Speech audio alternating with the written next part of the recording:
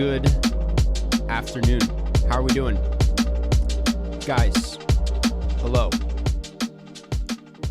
Hello. Welcome to the Broadcast. It is July 1st. It's time to pay rent. Hey, if you haven't paid rent, it's time to pay rent. It is July 1st, 2026. This is the Broadcast, and I am so excited to be here, guys. There's so much to talk about. The big karst, yes indeed, yes indeed.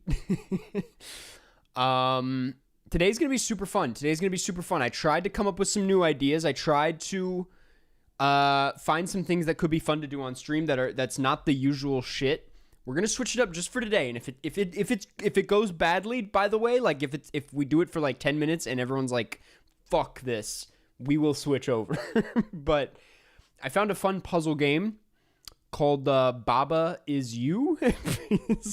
Baba Is Me. Baba Is You. I've never heard of it. I guess some people have heard of it. I literally found it like 10 minutes before stream and was like, oh, why the hell not? This could be a disaster. It could be really fun. I love puzzle games, but I typically do them in private where I cannot be judged for how long it's taking me to solve them. Baba Is We, of course. And so this could be embarrassing, or it could be a really fun time. I've embarrassed myself a good amount already doing puzzles on Cine2Nerdle, so like how bad could it really be? But before we get into that, let me say hello to some of the members, which this is practically like a members-only chat at this point. I'm seeing so many green names, so that, first of all, thank you. That's incredible to see, but let me say hello to the members. Maxwell Hampton, good to see you. Nick Rudeau, Jorma Pesto, Ellen Mary, good to see you. Dan Word, Soul Maxwell, good to see you as always. Jude, hello. And that might be Mans, I'm sorry, I didn't see that. Tomas, good to see you as always. Elextrify, seeing a lot of familiar faces. In chat. Moth in the Sky, good to see you. Dan, I can't remember if I already said Dan. I think I probably said Dan. Joe Tarones, as always. Gendrick. Guys, What the Falconer, good to see you all, as always. Good to see you all. Aaron E2. And Anna, hello. Guys, if you want a special little hello at the top of every stream, consider becoming a member. We'll talk more about that in a second.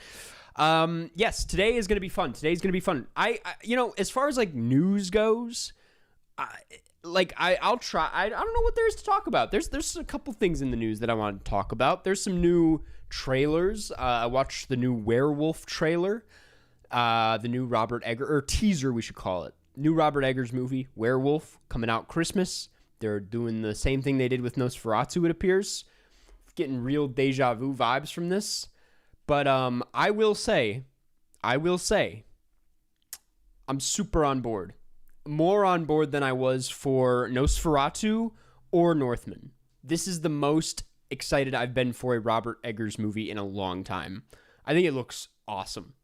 Like, the thing about Robert Eggers is he's a very consistent, maybe even a little repetitive as a filmmaker, and that is not a bad thing. He's good at what he does, and he's just continuing to do it. And so nobody's complaining. Nobody's asking him to do anything different. We just want him to keep doing what he does. But it's kind of turned him into a filmmaker where it's like, everything is kind of similar in a way where it's like some stuff is more your speed and others just, like, it really just comes down to like what characters we're working with. And I like Nosferatu, but like I think the werewolf stuff just gets me excited more for whatever reason. I can't really describe it. And I'm not even that big of a Aaron Taylor Johnson fan, because he's like the main guy. Am I wrong? He's like an actor who I'm just not there with. Like, I've never been excited to see him in a movie, but he's looking good in this. He's looking good. I'm into it. Thoughts on the black and white cinematography? Well, so can someone break it down for me? I should have looked this up beforehand. It's like, it's color film, but then turned black and white, or is it the other way? It wouldn't make sense if it's the other way around. There was like something they did with the process that was interesting. It's very, to me, it doesn't even look like full black and white. It looks kind of just like desaturated. But I think it looks awesome. I think it looks great. This film in general, I think what has me on board off the bat is the fact that it just looks a lot more textured. The frames just look a lot more interesting. It doesn't look as much like a Robert Eggers studio film as Nosferatu and The Northman. Now, The Northman I love. The Northman is a real underrated gem in my opinion. I love that movie. Nosferatu I liked, but I wasn't crazy about it. This, I'm like, I think he's back. I think we're back to like weird Robert Eggers, because there's parts of this that look weird. Sorry, my nose is so itchy for some reason. But it won't be as good as Midnight Cowboy. Why are we even bringing up Midnight Cowboy? Now my nose is all red. Oh my god. What a disaster. Hi, Carson. For once I am here on time. Hey, Luke, it's good to have you here on time. It's good to see you. Jeez, man, what happened? Am I having an allergic reaction? That would be so crazy. 2 minutes into the stream, allergic reaction. We're also running this at 60 FPS. So far, completely fine. I always thought that would be a terrible idea, but so far it's actually fine. Rudolph the Red-Nosed Reindeer. What's up, Rudolph? This is a disaster. I did not eat a nut. Gosh, what else is on the docket? We're going to talk about Dog Day Afternoon.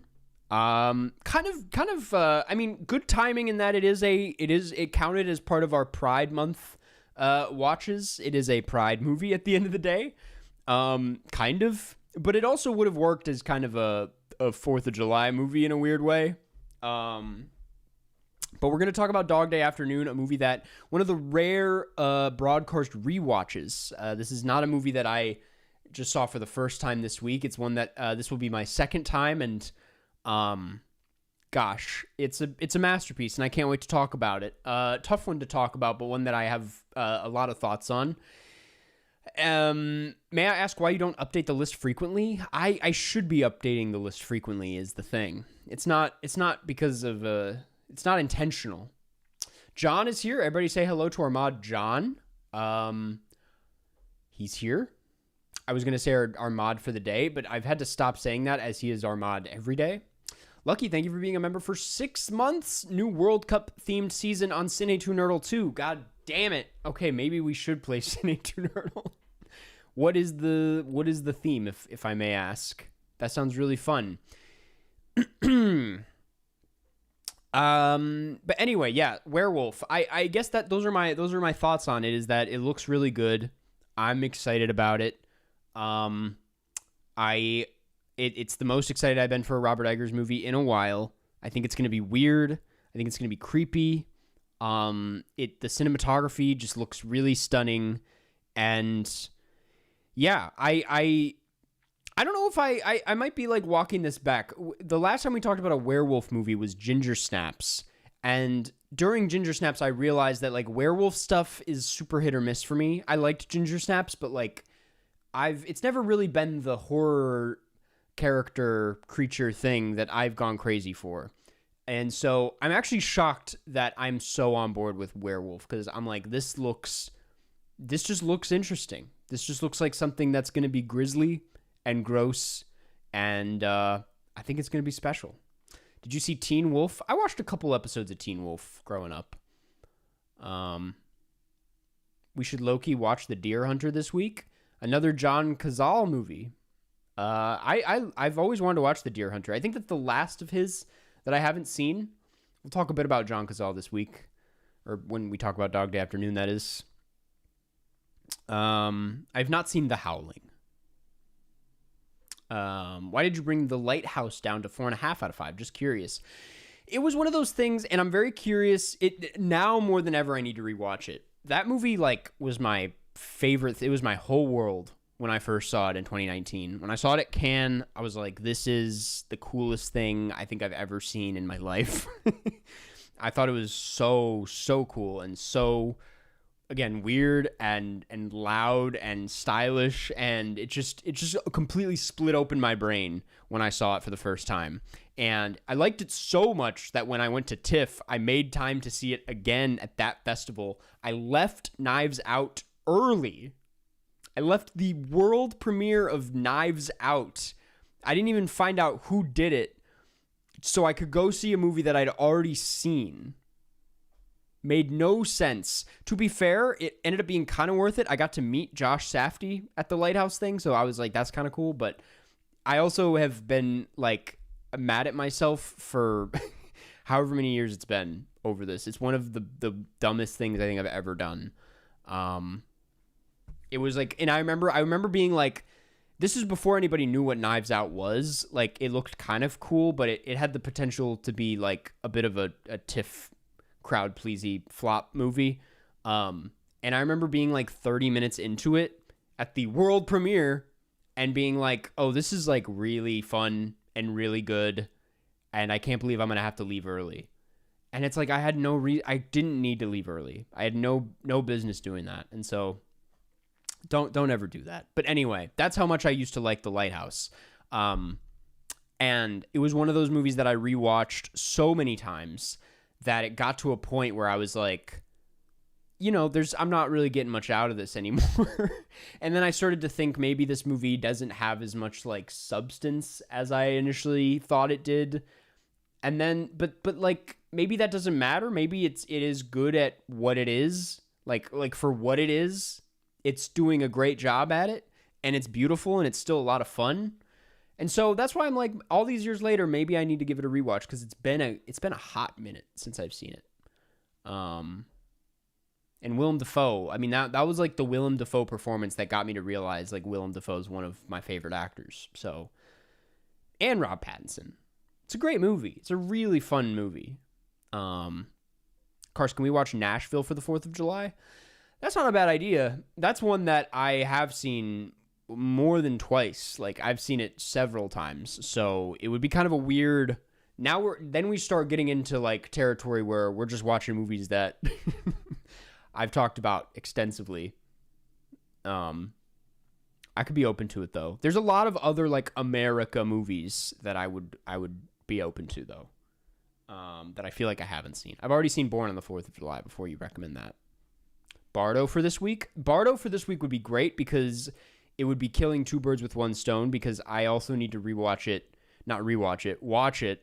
for another thing that I'm working on. And it's not an Inuyoritu ranked. Before anyone gets it's not a ranked video. It would make no sense to do a ranked video before Digger. But I am going to do a video on Inuyoritu. And I also wanted to gauge interest. Do people care about that? Would people watch a video about Inuyoritu? I know you don't know what the subject is, but I'm just like, do people even care about this guy anymore? And then I'm like, Digger is like one of the most anticipated film of the year. So yes, I think people care, but I don't know.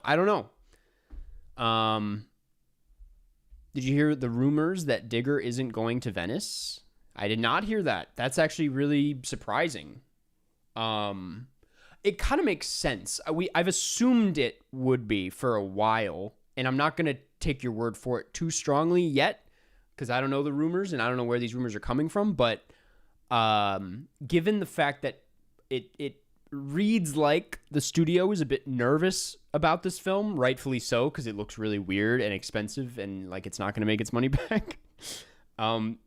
It would make sense that they would delay it because it has the potential to be like a mega flop at Venice that would deter people away from seeing it down the line. So I wouldn't be surprised if they dropped it from Venice. With the Falconer, thank you for the super chat. I'm on page 3 of my first screenplay, favorite satires. That's incredible. Good luck with that. Good luck with it. It's a long road ahead. Favorite satires? I've been thinking a lot about Young Frankenstein. That's like one of the best of all time, I would say. Saw your video on Nirvana, the band, the show, the movie. Have you checked out the Vice series? I still have not, to be honest with you. Variety said it too? Oh, interesting. That's going to be crazy. I think this movie is about to be Bardo 2.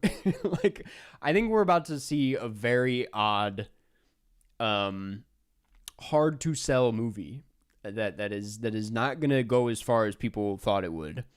I think Inuyuri, and this is only helping the video that I'm making, but like Inuyuritu is comfortably in his like doesn't give a fuck era where it's like he's not he's doing it for him and him only at this point. It seems like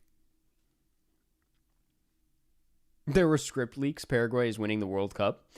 I do got to comment on that. I mean, I was gonna talk about the World Cup a little bit, but there's all these things now. I think because of like the messy of it all, because there was this one messy goal where the goalkeeper didn't even look like he tried. Like you watch his face just watch the ball roll in, and everyone's like, "Is this all scripted? Like, are they just like building this up as like the Messi show?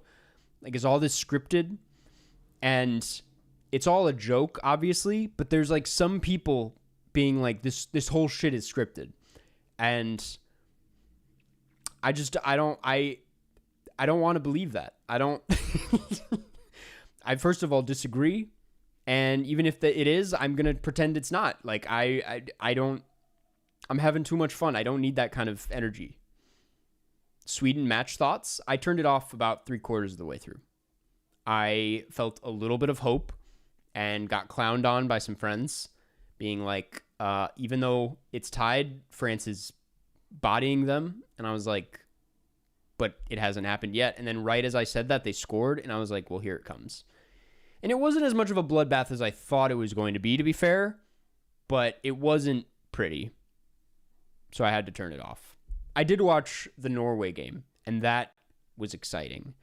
So that's okay.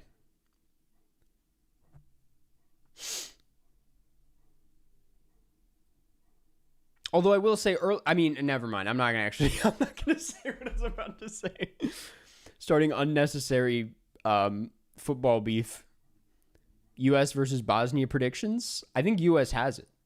I know there's some people being like Bosnia is not to be doubted, and I believe you. But I only watched. My memory is a bit blurry. The last time I watched one of the Bosnia matches, it was the first one with Canada, I believe. And I remember being like, they're fine. Whereas the U.S. is pretty... I don't want to talk about the fact that they technically lost the last match. That was kind of bullshit in my opinion. But like, I think the U.S. is going to be okay in this match. Is my read on things. You don't want me talking about sports, man. You don't want me talking about sports.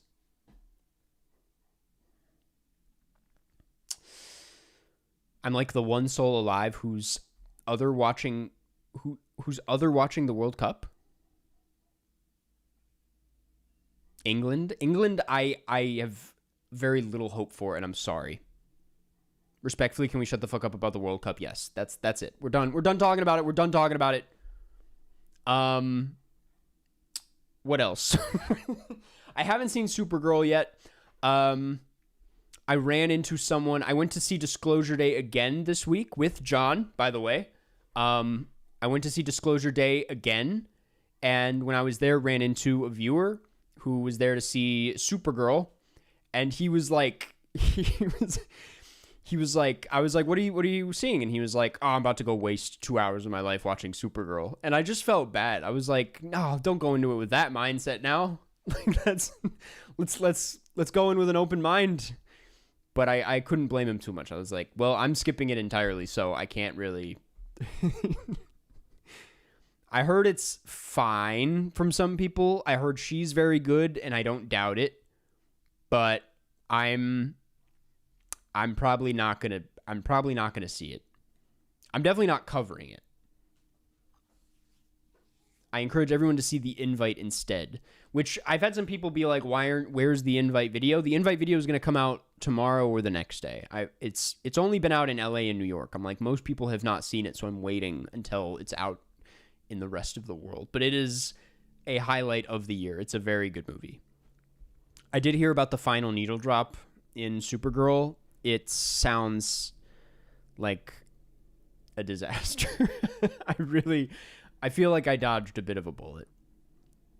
Movies like that, you have to understand, and this might be a hot take as a critic, but I would never see that movie if I wasn't covering it for a video. Like it's not a movie I have any interest in seeing, and I know that like technically as a person who talks about movies for a living, maybe I should be seeing everything in theaters. But I also think it's important to just like recognize when something is just not my thing. And I'm like, well, this is a waste of time for pretty much everyone involved. You guys probably know how I'm going to feel about it. Same thing with Masters of the Universe, although I am a little curious about that one. That one I feel more like maybe I'd like that, but probably not. There's just some movies where I'm like, I think my time, everyone's time, is better spent working on things that are more interesting and that people would rather hear me talk about. I will probably see the second Superman film just because it'll make... Dude, we need to stop talking about this, actually. we need to stop going down this rabbit hole. Masters is solid. I think I'll probably end up catching that on like a flight or something. Also, rewatching Disclosure Day, I didn't really talk about it. Feel about the same. I thought maybe I would like it a bit more on a rewatch, and I thought maybe I would dislike it more, but I walked away pretty much feeling the exact same. That movie's fun and a little stupid, and I was talking about it with John and Cookie, and I was like, I came to the realization that this movie wants you to, like, to enjoy this movie or to be on board with this movie, you need to, like, watch it very closely and engage with it super closely and, like, pick up on all of the moving pieces so that you can, like, follow what's happening. And then at the same time, the movie wants you to kind of let go and turn your brain off a little bit so that you don't, like, you have to watch it closely, and you also have to be relaxed at the same time to get the most out of it. And it's kind of working against itself in that way, where it's like, well, if you want me to lean in, I'm going to see a whole lot of weird decisions that feel a little clunky, but I'm having a fun enough time. The new Her Private Hell trailer came out. Supergirl was a decent movie. Two thoughts at once. Where do I start? Yes, I actually plan to see Her Private Hell when it comes out. I skipped it at Cannes because I was like, I got better things to do at Cannes. Heard it was terrible. I'm not going to think about that too much. I'm still going to try and go in with an open mind. I'm on the fence on if I should do a video about it or not, but I plan to see it because I don't think I've ever seen a Nicholas Winding Refn movie in theaters. I might be wrong, but I'm like, I would like to experience that. I'd like to see Charles Melton on the big screen. Always a pleasure. Your Disclosure Day over Project Hail Mary take is wild. You know, now that I've rewatched Disclosure Day, I can speak more accurately on that and say I think Project Hail Mary is a better movie. I really wanted to be a Disclosure Day shooter, but rewatching it, while I had fun and still find a lot about it to defend, I will shoot for this movie regardless. I think Project Hail Mary is a better movie. Like, they both have flaws. Project Hail Mary is not a perfect movie at all, and I feel very strongly about that. But I also am like, it's definitely like a bit cleaner than Disclosure Day.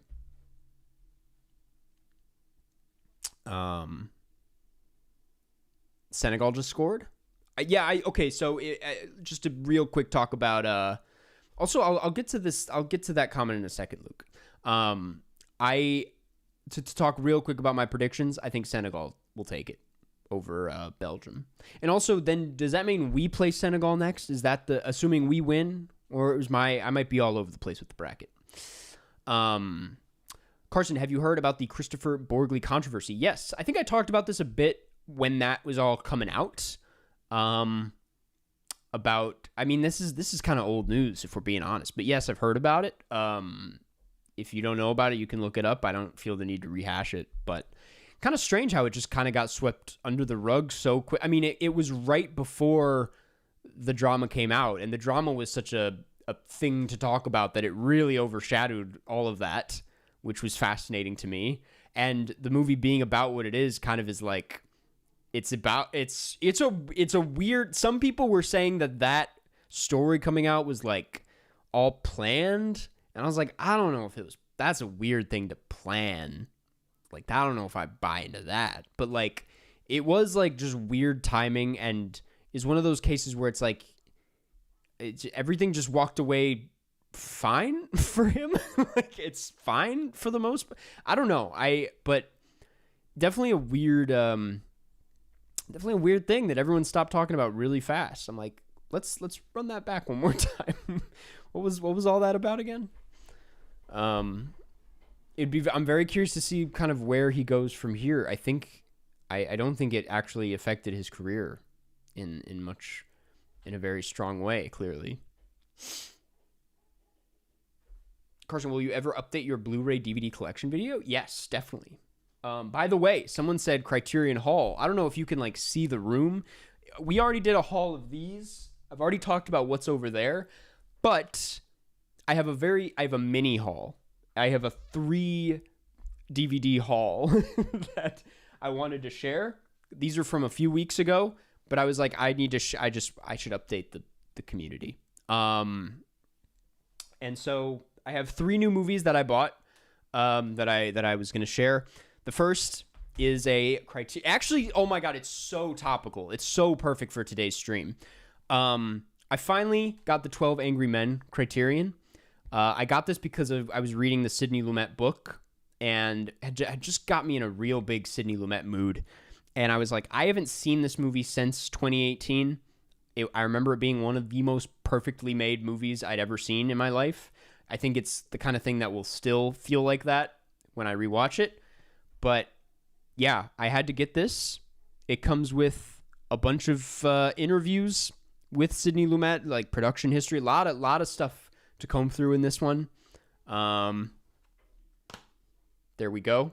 There's one of the men.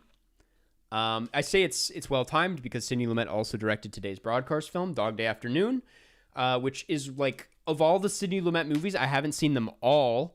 I haven't even scratched the surface of his filmography, but like, from what I have seen, his filmography was kind of all over the place. Like, he was not someone who stuck to one thing. But that said, Dog Day Afternoon and 12 Angry Men kind of similar in a weird way, in just the way he's like building tension in like a single room, doing a lot with a little. Yeah, I'm excited to talk about Dog Day Afternoon. I'm excited to rewatch 12 Angry Men. Also, like, one of my favorite Criterion covers. I mean, just so perfect. Such a perfect cover. He did do The Wiz.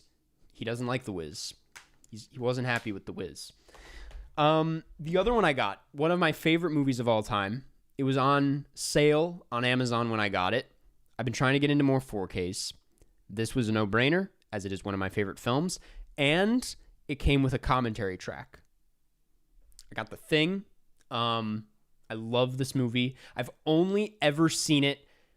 Weird fact about me. I've only ever seen this film in theaters, and specifically at the Music Box Theater on this 35 millimeter print that has like a red tint over it. I've never seen like this movie without a red tint, which is bizarre. I can't wait to watch it where it looks normal, but that should say a lot that like I still love this movie, even though I've only ever seen it red. I had to get this. I'm sure it'll look great as a 4K. Truly one of the best movies ever made. And then the last one is a blind buy. I tried out this new. I found out about this company through The Big Picture. Sean Fennessy gives them a lot of love, and so I wanted to finally get something from them. It's a company called Radiance that puts out a lot of Blu-rays and whatnot. Kind of like Criterion, but I think the titles they choose from are a bit more on the low, and under the radar. So I wanted to get one from them. I decided to get this film called The Eel, which I've never seen. It's directed by Shohei Imamura, who directed another film that I've seen that I'm forgetting the name of. It's kind of long, but it's the one about the people in like this village where if they don't, I'm forgetting the synopsis. It's been a few years, but There's something about a mountain and something about people needing to have sex or else they go to the mountain and they die. I'm doing a terrible job at it. But anyway, same director as that movie. Remember really loving that movie, and I'm forgetting the name of it. I was hoping someone in chat will have seen it, but I don't know if anyone's seen it. Let me get it right. Let me get it right. Let me see if I can beat the chat. That's just my Friday night. Ballad of Namayara. Yes, you got it. You got it. You can understand it's a hard one to remember. I didn't even remember Ballad was in the title. I thought it was like the tale of the Ballad of Namayara. Amazing movie. And anyway, I wanted to check out The Eel. It also stars Koji Yakusho, who I love.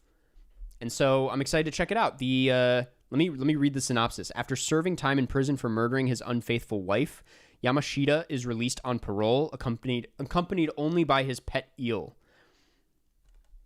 Sounds fantastic. So yeah, excited to watch The Eel. And that's it. That's the whole haul. I told you it was a mini haul. That's why I tried to talk about each one a bit. But I'm excited to get into these. I haven't watched any yet. I also actually, it's in the car. I forgot to get it. But I got I now have a Child's Play Blu-ray, which is one of my favorite horror movies from that era. Not like a perfect movie, but like a movie that I had a lot of fun watching, and now I have it on Blu-ray. I wish I had it on me, but it's in the car. So yeah. Anyway, that's the update. See the Kubrick collection? I did. We talked about it a little last week. It's yeah, I don't know if I'll get it. I love Wes Anderson. I didn't even shell out money for the Wes Anderson collection. These things are just so expensive, and I'm like, I'm all for, I support physical media. I'll buy physical media. I'll set aside money for physical media. Owning movies is important to me for sure, but some of these box sets, I'm like, I don't know. I don't know if I need all that. I mean, I like the box sets I own, but at a certain point, I'm like, if I'm shelling out $600 for an object, I might as well buy a cool Lego. It's kind of where my mind is at.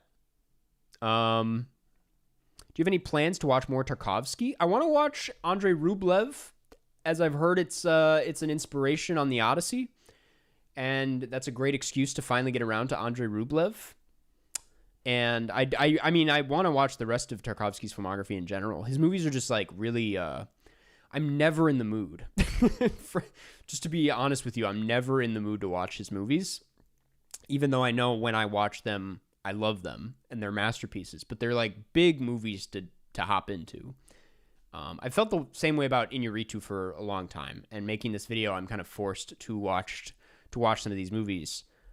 And, it feels good to finally know what Amores Perros is and what happens in it. A lot of Perros. Did you buy the Eyes Wide Shut 4K or Blu-ray? I bought the 4K. That was one that I was like, I want that. I want that bad. Will the Odyssey be as good as Oh Brother, Where Art Thou? I think they're going to be very different movies. Unless there's some like banging music in the Odyssey, which I doubt there will be. I don't think there'll be a lot of comedy. But I think the Odyssey is going to be really fun. Every trailer, I've seen the trailer a lot just going to the theater recently. And every new time I see it, I'm like, first of all, it's a different cut. Like, they have so many versions of this trailer out there. But each one gets me more excited than the last. Like, I'm fine. It took me a second to get excited about this movie. And now I'm like, now that it's like upon us, I'm excited. I'm ready. Hey, Travis Scott is in the Odyssey. I know, and I can't wait to see that performance. Will Brokeback Mountain be as good as Son of Kong? What a question. Brokeback Mountain was a great movie, to answer that. And Son of Kong is not. You going to see Minions? I might get around to it. I kind of I didn't hate Rise of Gru. And there was an era where when I made that video where I watched every Illumination movie, at that point in the company's history, I hated pretty much everything I saw.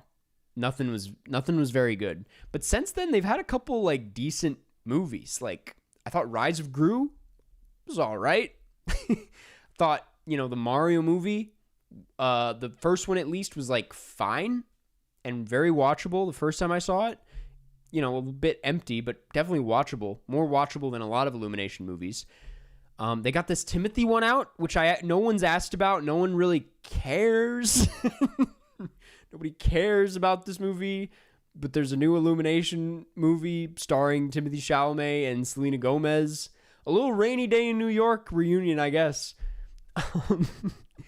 I have no thoughts on it. I'll see it, and it will be fine. But anyway, yeah, I've heard decent things about this new Minions movie, so I might see it eventually.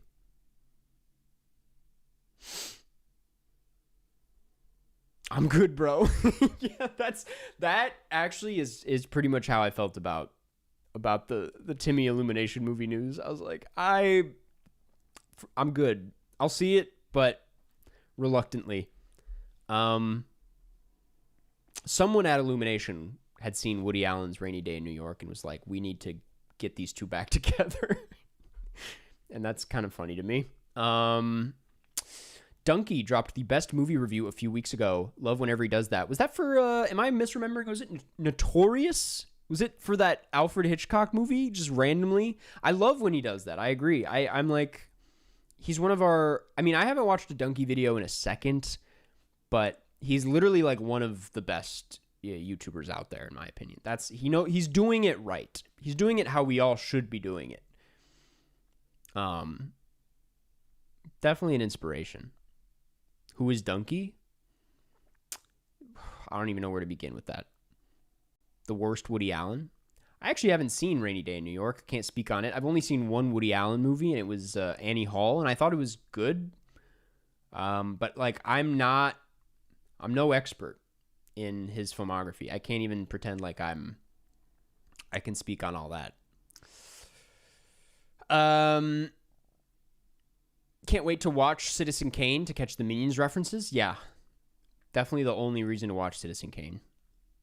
Carson, what's your favorite sitcom? I used to love that 70s show growing up. I would watch it every morning before school, or as much of it as I could that was on TV.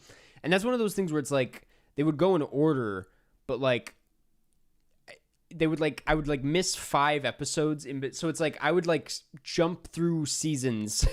Every morning I would wake up and we'd be like 5 episodes down, and I'm like, okay, so clearly a lot has happened. And I would just watch the season super broken up, and it was a great sitcom growing up. I've seen Carson get kicked out of a theater. Who's asking about me getting kicked out of a theater? Have you ever seen someone get kicked out of a theater? I have, actually. And this was so overshadowed by the review of it all and everything, but it was my Superman screening last summer when I went to see Superman at Alamo Drafthouse. This could all factor into how I felt about that movie and that experience. But there were like 2 drunk guys. First of all, 1 p.m. screening, so do with that what you will. But like 2 drunk guys, like near the front of the theater, yelling a bit too much at Superman. They were having too good of a time at this movie. And, Alamo is one of those places where, or at least it used to be, where you can like kind of discreetly make a complaint and then someone will come in and take care of it. And it was a whole thing. They were mad. They seemed genuinely bummed that it was happening.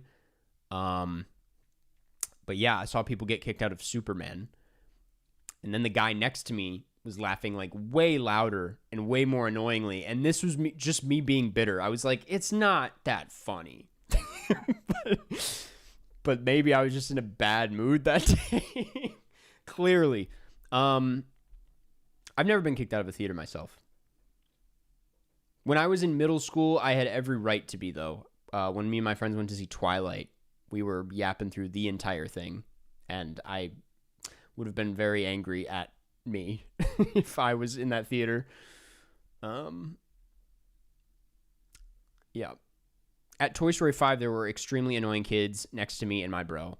I mean, yeah, that was my Toy Story screening too. There was a kid that would not shut up. There were kids running around, one of them just like standing up, having a conversation with his parents. And I'm like, we're in Act 2.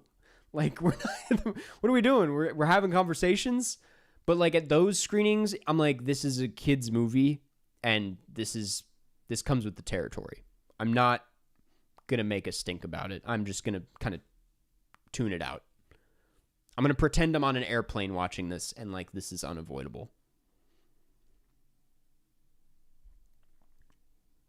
Carson, I have a question. I want to watch Mank, but I don't know if I have to watch Citizen Kane first. You know what? You should watch Citizen Kane first. You don't need to. You do not need to, but I also think it would add something to it. Just watch Citizen Kane. It's one of the like, there's a reason it's so celebrated still. It's a very easy watch. It's super fun.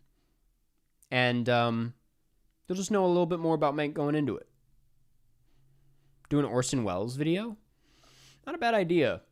I love Orson Welles as a filmmaker. Every time I watch an Orson Welles movie that I haven't seen, I'm like, wow, he was really good at what he did. Yeah, there's a few I got to catch up on. He's so good in The Third Man, too. I thought Mank was a movie about penguins. Would have been a better movie if that were the case. I should rewatch Mank. It's been a while. I wanted to make a video about movies that were like kind of buried by the pandemic. I know that's not like an original idea. I've seen a couple other videos kind of tackling that, but like I want to do a video about that era because there's a lot of great movies from that era, and also movies that maybe weren't that great but felt great because of that.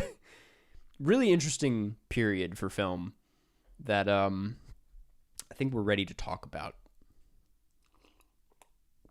I think someone needs to start talking about the pandemic. I don't think we've had enough of that. Mank has Ian from Obsession? Who's Ian from Obsession again? I'm sorry, I don't remember an Ian. I was too young to enjoy the pandemic. Yeah, some of you were like kids, and that's crazy. It's been many years now, hasn't it? Did you see Jackass? I have not seen Jackass yet. I'm looking forward to it. I still have a chance probably.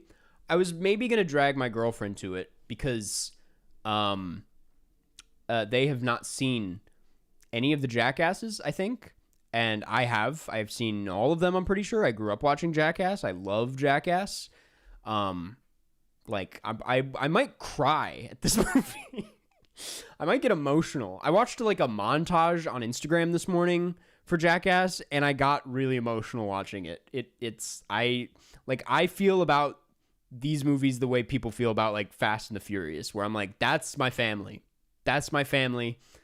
And so yeah, I might because it's like, even though I've seen a lot of the clips that will be played in this movie, I will get to watch them with someone who hasn't seen them before, and I think it'll be a fun time. The openings. I think it's the opening to the second movie, Jackass 2. The intro is like one of the most beautiful things. Just go look it up. Jackass 2 opening. It's incredible. I think that's the one where the bulls are chasing them through the streets. Oh, cinema. Imagine being nostalgic for Jackass with your grandkids. Literally. I cannot wait to have grandkids and be like, let me put you on to some real shit. Let me put you on to Steve-O eating a goldfish. Carson, looking back on 100 movies in one summer, looking back. Oh, you want me to like revisit that video? Not a bad idea. I'm too scared to even like look at that file. I'll be mortified, but we should rewatch Love Exposure this week. Fuck it, right? Why not? Other things in the news. Artificial, the Luca Guadagnino movie got picked up. If you guys didn't hear, it was dropped by Amazon last week. because of connections to Sam Altman. Apparently, there's a cutout there, like some people who have seen the movie or who have read the script at least, confirmed that it is like a really, it's not a great look. It's kind of like a Social Network situation. They really villainize Sam Altman, rightfully so. Apparently, it gets very existential. Talks a lot about like the world ending, how ChatGPT is the beginning of the end, as it kind of is. And obviously, Sam Altman didn't really like that. A lot of the people who are at the higher ups of these companies that run the studios don't like that, and so it got like shelved, or they canned it, and so it's been up for grabs. I will be honest, I kind of always saw Neon picking it up, because A24 passed on it for reasons we've already kind of talked about. There's all the connections there. Again, like, this just speaks on the fact that I touched on this last week, but it's like all of these companies, every company in the film industry, this money is coming from somewhere, and that money is coming from bad places almost all of the time. And so that's why I've always been like, I mean, like, you can be a fan of the work coming out of the companies and the filmmakers, but the way people have like stand over like production companies and studios, it's weird. I'm like, these aren't, what are we doing? These are companies. So anyway, long-winded way of saying this movie finally got picked up. Neon bought it. They're going to plan to make it an awards thing this year. I'm really, I'm eager to see how it turns out. I'm excited to see what they do with it. I think it's going to be good. It's Luca Guadagnino. And even if After the Hunt was a bit of a miss, that's really only been the big miss for me in the last few, like, he's been doing great work. So I'm excited to see how it turns out. A24 AI decision made Neon the best production company. No, this is what I'm talking about. Wait, slow down. Because Neon, who's to say what's going on there? Like, we don't know. We need to just be like, oh, that's cool. We're going to get to see the movie. Someone picked up the movie and now we can see it. That's great. But that's where the like fandom ends, in my opinion. We can buy I've bought the shirts. I have A24 shirts. The shirts are cute. But like, we're not standing companies. That is not how this goes. How is Rancho Mirage? Rancho Mirage is good. I'm waiting on like one last idea, and then it's just gonna come out. I have a teaser, and I keep telling John I'm gonna put it on stream and preview the teaser on stream, and then I don't actually know how to like set that up, so I haven't done that yet. But I might drop the teaser on like Instagram within the next week or so. Carson, is it coming home? It's not, dude. I want to believe, but I don't think it is. I don't think it's coming home. I hate to be that guy, but I'm not a believer. What the Falconer, thank you for the super chat. Formal request for members only Letterboxd roast vid. People keep asking for that, and I hear you.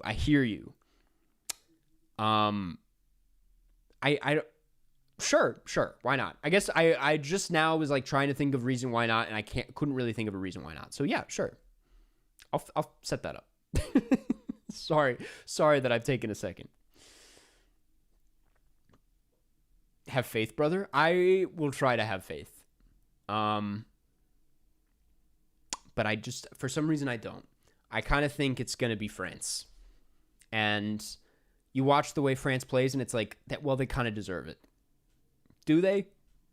You don't want me talking about sports, so we're going to drop it. Why members only? Think about us, Carson. Well, so, like, there will also be a public members, or I mean, not members, Letterboxd roast coming too. I usually do it. It's become a thing where it just happens every August, September, something like that. So like, we'll do it again this year, like when the time comes. But can't flood the channel with these videos. Although I will. It's crazy how I really expected this idea to be played out by now, because like, it's not just me doing them. It's like a lot of people do the Letterboxd roast videos, and I thought that this idea would have gotten stale by now, but people just love these goddamn videos. People love getting their shit roasted. I don't get it, but I'll take it. What I will say is, and this happens at like film festivals, and all love, always, but people often like come up to me if they like see me at like a film festival and they ask me to like roast their letterbox like on the spot. And if you're one of these people, if you ever see me in public and you're watching this stream, just don't do that. Because I will have nothing to say. And I don't want to do that out in public. Let me do it in the comfort of my apartment.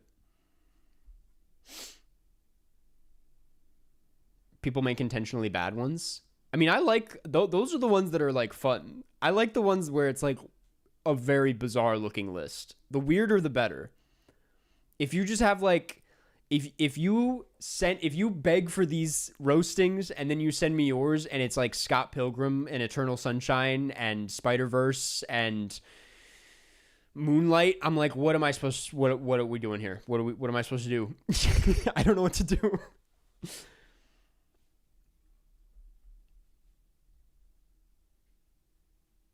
He didn't think they'd play in his face like that? No, I didn't. It's a little jarring. Best 4th of July watch? I mean, probably Nashville at the end of the day. Or Blow Out. Mine is quite roastable. I'm excited to see it. You roasted mine good? Okay. Well, I'm glad. My mom really likes these videos too. Like, people like them. My mom before I set her up with a Letterboxd and explained to her what Letterboxd was, she would be like, oh, those videos are just so funny. And then I was like, but you don't even really know what you're watching. Mom. But now she understands. And I think it's very sweet. Is a canned vlog coming? The cans vlog is out. I mean, it's not like a vlog, I guess, the canned video. I started editing together my Ireland vlog, and I'm really bad at vlogging. I'm like horrible at vlogging. And so I was like, I don't know if I can even put this out, but like I'll try my best. Does your mom use Letterboxd still? She does, yeah. She gave Pressure 5 stars. Pressure. She was just before she went to see Pressure and gave it 5 stars. She was like, "No, I'm very picky. I'm very picky. I'm not easy like that. I don't just hand out 5 stars." And then the next day I saw her log Pressure and give it 5 stars, and I was like, "That's an honest 5 star right there. That's someone who loved Pressure." Have you ever been to Venice? I've not. Always wanted to go, but never been. Would she give Fantastic Mr. Fox? She would log it 5 stars. My mom loves that movie. I took my parents, they were in town a couple weeks ago, took them to the Academy Museum, which if you're ever in LA, I highly recommend doing it. It's a great place to go if you're a fan of movies. It's not like some Oscars bullshit. It's like just a very cool place to go if you're a fan of film. They have a lot of interesting stuff there, and they have a Ponyo exhibit currently, and they had all like the Ponyo storyboards up and like all the posters and just like a lot about like the creation of the film. And it was awesome seeing my dad just like slowly fall in love with Ponyo over the course of that exhibit. By the end of it, he was like, "We should watch Ponyo." And I was like, look at that. It's the magic working on him. Soul Maxwell, thank you for being a member for 9 months. When are we going to watch Bloody with Nail and I, mate? We really should. I'll put it in this week because I've been in the mood to watch it. I like that idea. We'll put it in this week. What is the best quality 4K disc you own? I think I've only actually watched one. Don't hate me, but like I've only watched a 4K at home once, and it was Oppenheimer, because people were making a big deal about it. And so I was like, okay, I love this movie and I feel like I should buy this. So I bought the 4K kind of reluctantly because I've never really understood. And then I put it in and I watched it, and that's when I became a guy who cares about 4K. So automatically that's the answer because it's the only one. I've since bought and now own several 4K discs, but I haven't gotten around to watching a lot of them. I own the Punch Drunk Love. I own Eyes Wide Shut. I own The Thing now, and so I need to get around to watching the rest. What's your home sound system? Really bad. It's just the TV speakers. I don't have like speakers or anything. The TV speakers are fine. I mean, I like my TV a lot. It's a really good TV, and I haven't really felt the need to buy speakers, but maybe I should. Happiness? I haven't bought the Happiness 4K. I want to. Oh, and it's not 4K. Unless it is. My smiley face copy? I think it's just a Blu-ray. OLED? It is OLED. Yeah.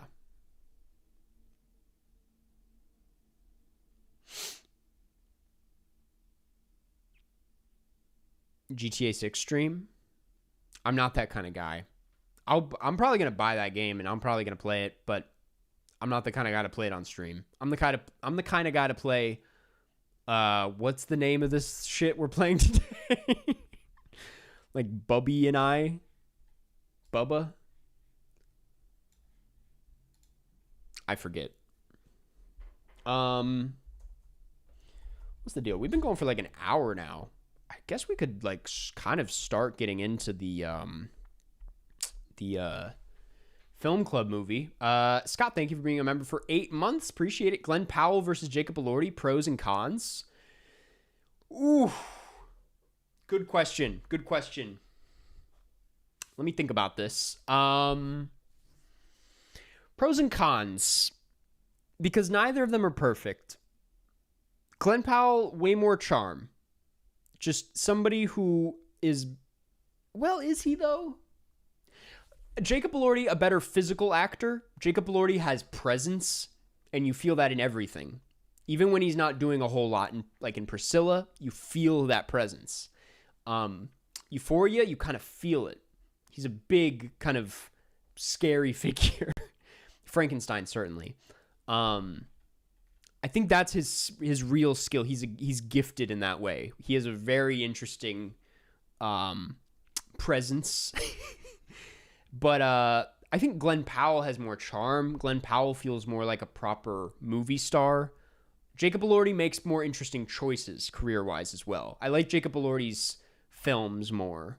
Even though they're not perfect, I think doing something like Wuthering Heights and Priscilla and Euphoria, that doesn't really count. But like Frankenstein, it's like he gets cooler projects.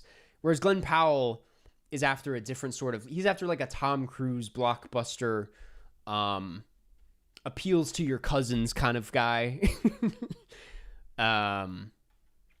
Canada, yes, like, oh my god. Yeah, no, Jacob Elordi, but then like Glenn Powell's got the Linklater stuff, you know. It's like Pacino versus Newman. Neither of them are good as either of those guys. First of all. But I feel you. Yeah.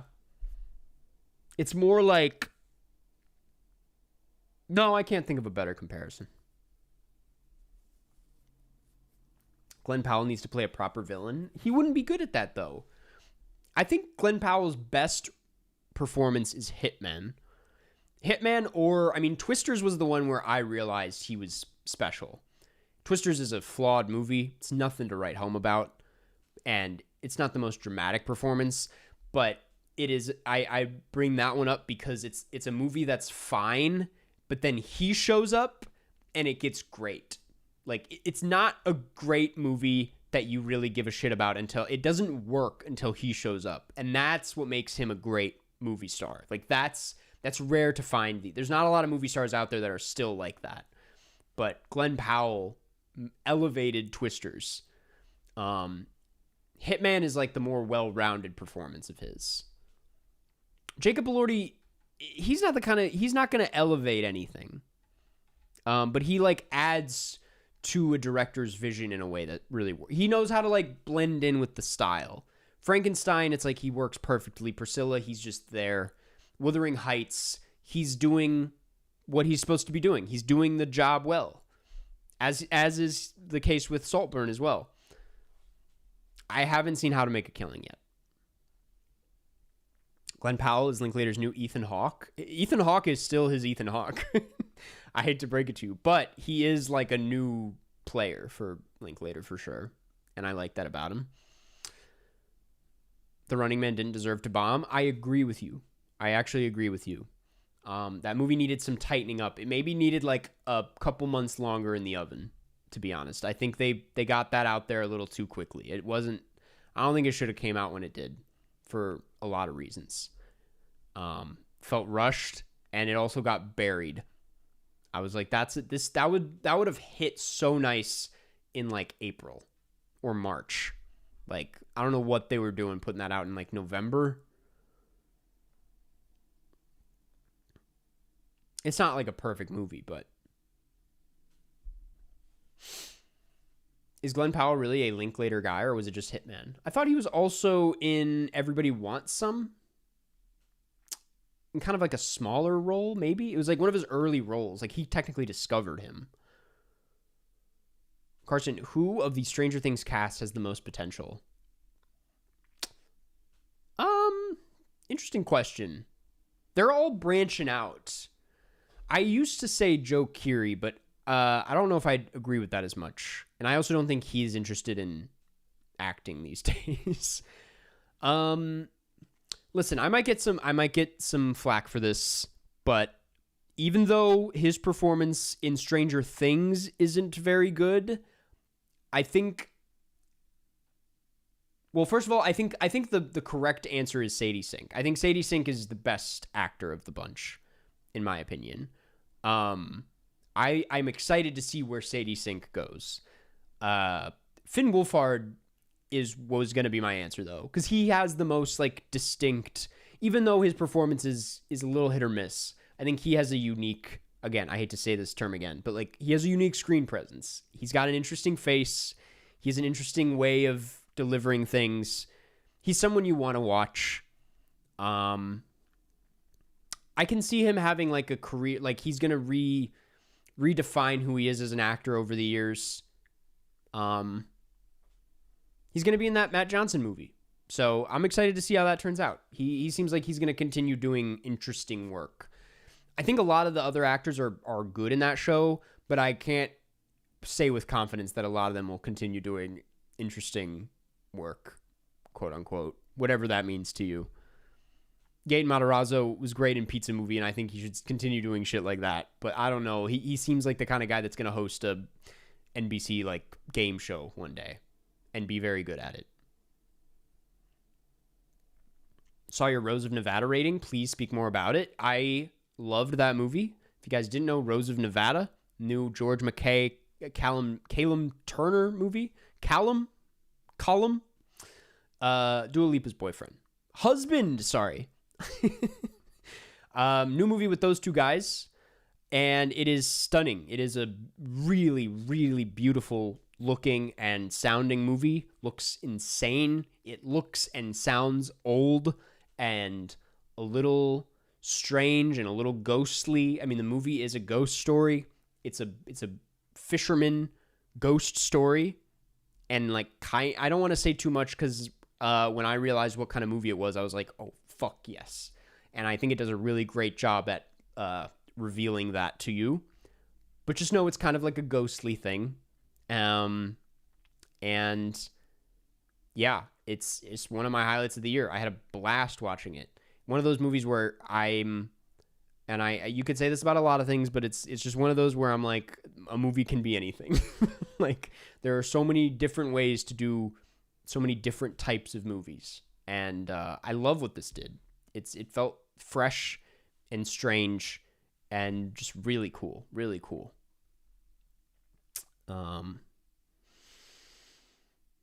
Carson, thanks for hearting my comment on the Changed Opinions video. Anytime. Were you the one that said, do you believe in love? Because that one really tickled me. I say we transition into the film club movie. I don't know. We're cruising through stream today. Guys, today we're talking about Dog Day Afternoon. Before we get into it, though, we need to nominate next week's movies. We need to nominate the movies for next week. If you guys are new here, which there may be some new people, every week we host a film club on this live stream where chat nominates 4 films, 4 potential films for next week, and I put 4 that I find interesting into the poll, and then the channel members, vote on the poll for next week's film. This week, they voted on Dog Day Afternoon. It won by a landslide, and I'm excited to talk about it. Usually we have like a little theme that we try to go off of, but this week I'm kind of keeping it open. We could do a 4th of July thing, but like I haven't seen a lot of interesting options for that so far. I could be proven wrong, but so far, and this is not a 4th of July film from what I know, I'm putting in With Nail and I. It's a movie that's showed up on the poll a few other times, but we're going to see if it wins this week. With Nail and I.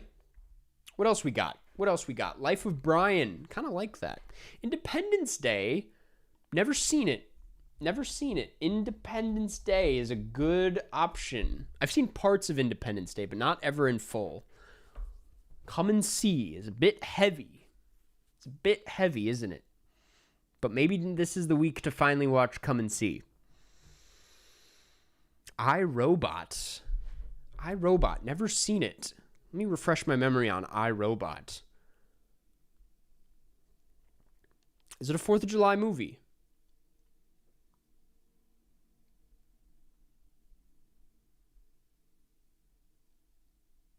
Will Smith. I, Robot. I would watch I, Robot. I'm going to put it in. I'm going to put in I, Robot.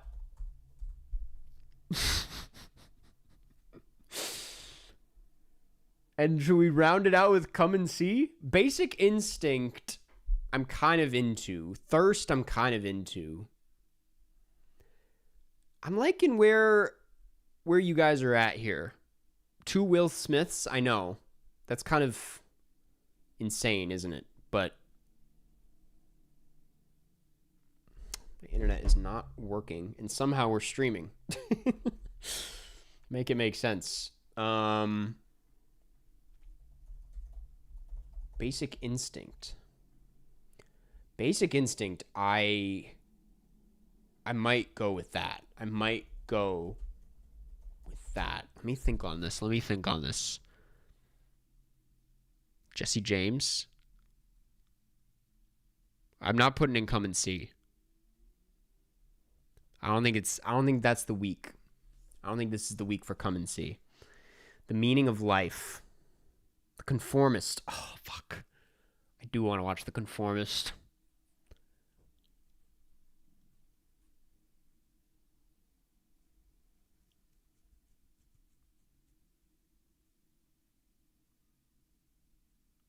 I just watched The Parallax View. Great movie. Good 4th of July movie. Jackass. Life of Brian. I'm seeing Life of Brian. I'm seeing Easy Rider. I'm seeing Contact. I think I'm kind of happy with what I got. I think this is an interesting lineup, and I would watch anything we have here. What I have here is With Nail and I, Independence Day, I, Robot, and Basic Instinct. I think this is what I'm feeling. This is where I'm at mentally. I'm going to put this out. This poll is available right now on this channel's community tab. It is available only to the members. If you want to vote in the poll, consider becoming a member of the channel. You get access to this monthly exclusive videos. You can play me in Cine 2 Nerdle when we play that. And you can vote in on the poll. You can also get a shout out at the beginning of every episode. Well, thank you. But the poll is live as we speak. So far, With Nail and I and Basic Instinct are tied. In the meantime, we will decide on the winner by the end of the stream, by the way. In the meantime, let's hop into this week's movie. This week we watched, honestly, one of the most popular movies, apparently. I was not aware that this film, Dog Day Afternoon, directed by Sidney Lumet, had over 700,000 logs on Letterboxd. I know it was a popular movie. I know it's like a celebrated film. People love this movie, but damn. Like, I didn't realize it had that kind of sauce. I didn't realize just how, I mean, like, Letterboxd is just huge now. A lot of people on there these days. When you used to see like 700,000, you're like, that's Inception. But now it's like Dog Day Afternoon. Shit, okay.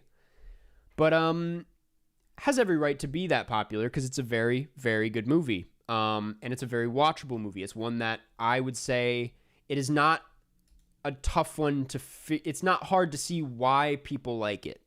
It's one where you throw it on and all of a sudden it's over and you're like, yeah, that was really well made. And I'd even take it as far to say it's a masterpiece. This is the 1975 film directed by Sidney Lumet, legendary filmmaker who I've been itching to talk about. Great to talk about one of his best, maybe his best. It is based on a true story, if you didn't know, and there's a lot of interesting stuff I learned when researching this. It is based on the Life magazine article, The Boys in the Bank by P.F. Kluge and Thomas More. The feature chronicles the 1972 robbery and hostage situation led by John Wadowitz. I should have looked up how to pronounce his name. Wadowitz, and Salvatore Naturil at a Chase Manhattan branch in Brooklyn. There's a lot of interesting stuff about the fact that it's based on a real story. There were a lot of complications with like getting the rights to the hostages of the story. I think they got the rights from everybody except for like one hostage. There were some complications with getting the rights from the two guys that led the robbery.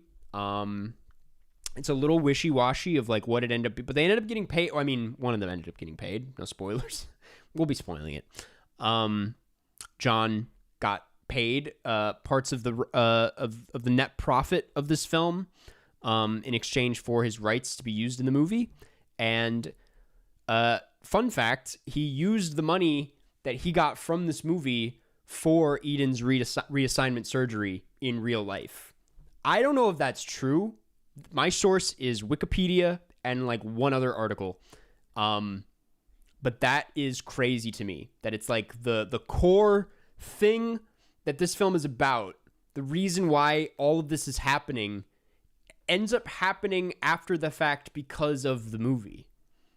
Is that not crazy to anyone else? I found that really cool. And I don't know if like heartwarming is the best word, but like it's pretty insane to me.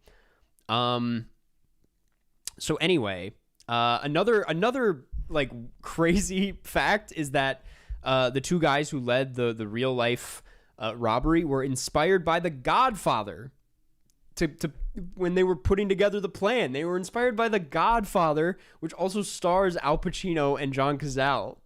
And then their robbery got turned into a movie starring Al Pacino and John Cazale. Like, that's insane. This is one of those like weird shit like this just does not happen anymore. I feel like where like real life and then the movie based on real life kind of like go back and forth, and I just find that stuff insane to me. Like Hollywood you don't see this happening anymore. It stars Al Pacino and John Cazale, as I've kind of implied, and it is. We'll talk about them. I guess I'll talk about John Cazale off the bat. If you didn't know, he is a very interesting actor. He only starred in 5 movies in his career: The Godfather, The Godfather Part 2, Dog Day Afternoon, The Deer Hunter, and The Conversation. All 5 were nominated for Best Picture. He's great in all 5 movies. Really, we talk about screen presence. Really unique, really great face, really great actor. One of those like faces you just never forget. Kind of sticks with you after the movie. This probably I don't want to speak on, I haven't seen The Deer Hunter yet, but I would say probably his biggest role of all not the biggest movie. Obviously, The Godfather probably tops this, but like as far as his performance, his role in the film, this is probably his biggest role of his career. He's really good in it. And we'll talk a bit more about the performance in a second. But Al Pacino, I'll just say off the bat, maybe my favorite Al Pacino performance. I don't know if I've seen anything that tops this. I haven't seen some of the later stuff. I haven't seen Cruising. I don't know if there's any essentials left. I mean, you could argue. I mean, the Oscar-winning stuff is probably an essential, but yeah, this is. I don't think it's crazy to call this his best performance. I guess you could argue The Godfather's up there, but he is outstanding in this movie. You don't even need to be super tapped into film or acting or Al Pacino or anything to like understand how good he is here. He dominates the movie. He's funny. He's really charming. You don't get bored watching him. He doesn't need to be like saying anything to grab your attention. His face is doing a lot of heavy lifting. On top of all this, he's just perfectly cast. Like, you look up pictures of the real guy, and they look really similar in a lot of ways. I'll get to the Super Chats in a second. Sorry about that. But yeah, apparently he was like really hesitant to take on the role. He rejected it like 3 times before eventually like settling down and agreeing to it. Reasons for this, I should have done a little bit more research, but some of it was like drug and alcohol related. Some of it was like afraid of the role, that it would be too intense. He was very into method acting, and it just seemed like a role that could have been a bit much. And so I think he was just a little hesitant to jump into something like this, but I'm glad he did. It's a career defining performance from him. And yeah, the film, it came out, was a pretty big hit at the time, made in today's money 50 to 56 million. Or no, that's back then. It made 50 to 56 million back then off a $3.8 million budget, which would be like 27 million today apparently. But big hit critically, big hit financially. It was nominated for 6 Oscars. It won Best Original Screenplay, which I'm sure, but like I didn't look up who beat Al Pacino for Best Actor here. One of those movies where it's like maybe deserved a few more than just that. But point is, it was a big hit, and it's still celebrated today. It is still one of some people call it one of the best movies ever made. Definitely one of the best movies of Sidney Lumet's career. Just a great film, and I'm so excited to talk about it.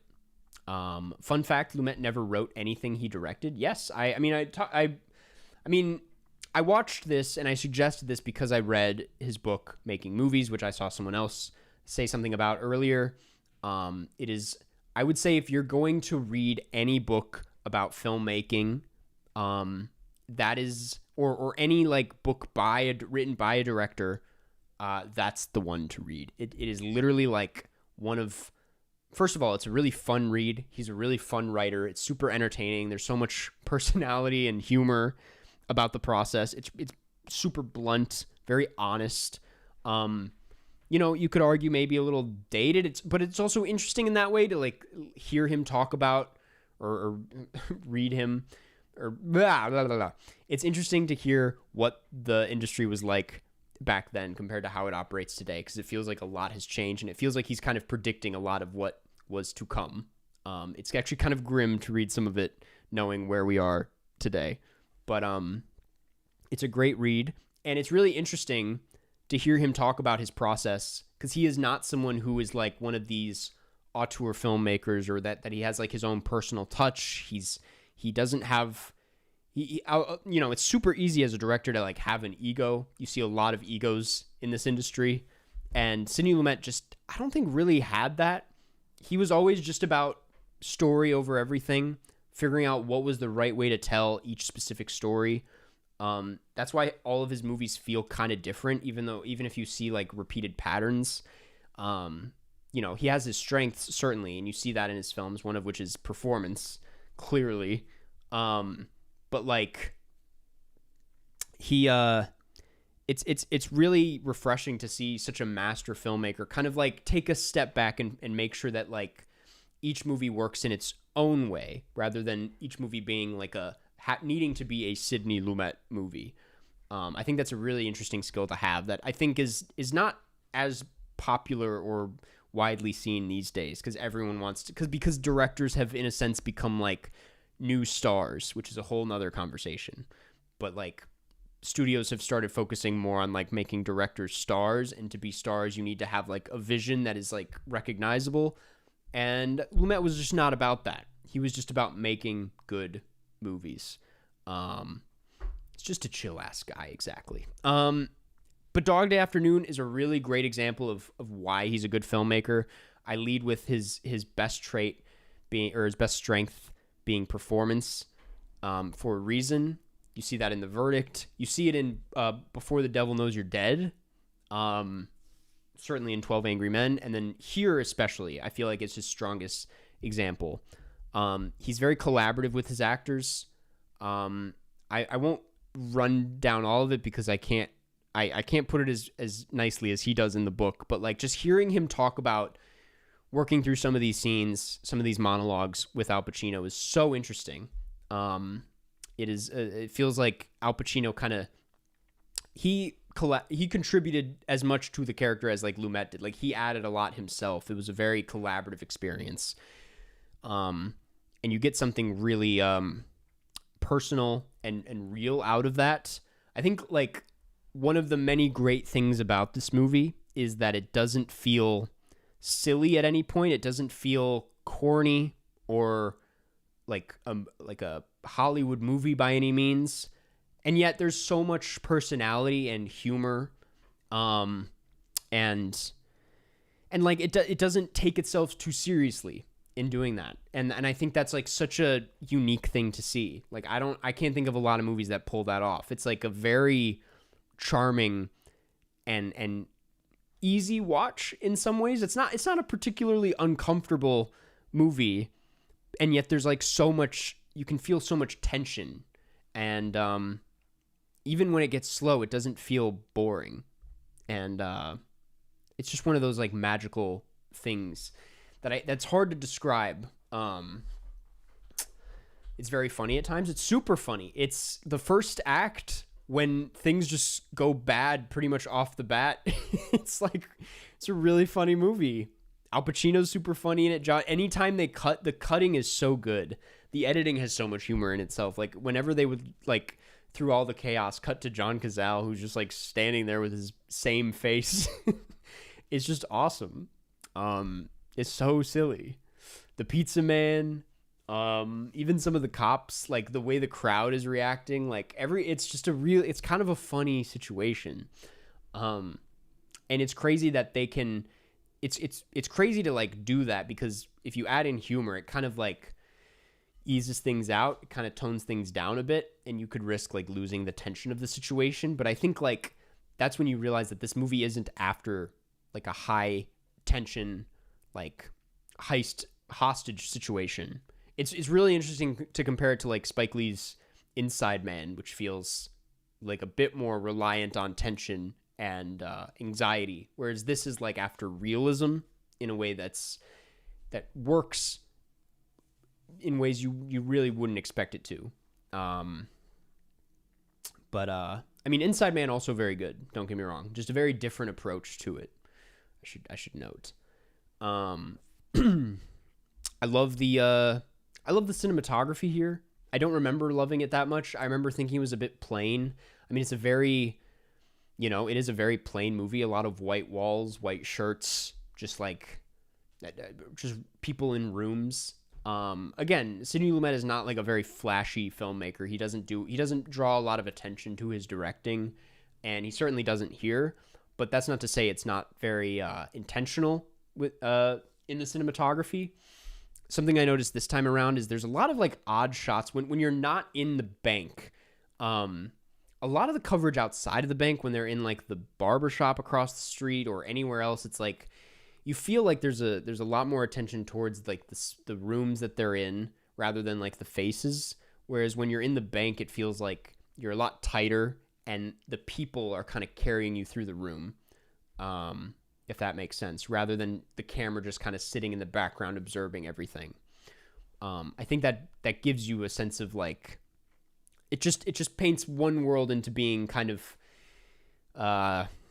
disorienting and scary, and the other is being a bit more controlled. And I think with the camera not moving outside, it's a bit more, you don't really know what's happening next, which is a really smart choice, given what they're trying to do. We watched this in June because it's technically a queer film. I mean,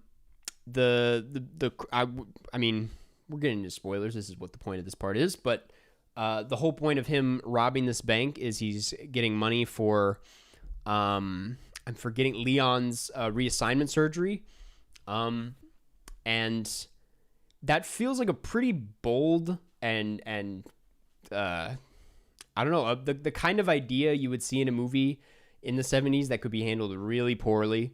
I remember when I first saw this movie, I knew nothing about the queer themes, the trans themes, any of that.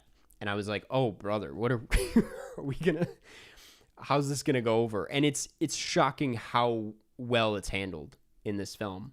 It feels like it's handled super sensitively, very carefully. It is not like overblown, over exaggerated. They don't try to do anything they have no business doing. I think it just kind of, given how good the film is at realism and understanding the people in the story, it's no surprise that, like, for these themes, they treat it very empathetically, and they come at it from a very human perspective. It's not a corny plot point. It just deepens the characters. And yeah, I thought the way those scenes were handled was just so, I mean, it's sad in a lot of ways. It can get really, really dark in the third act.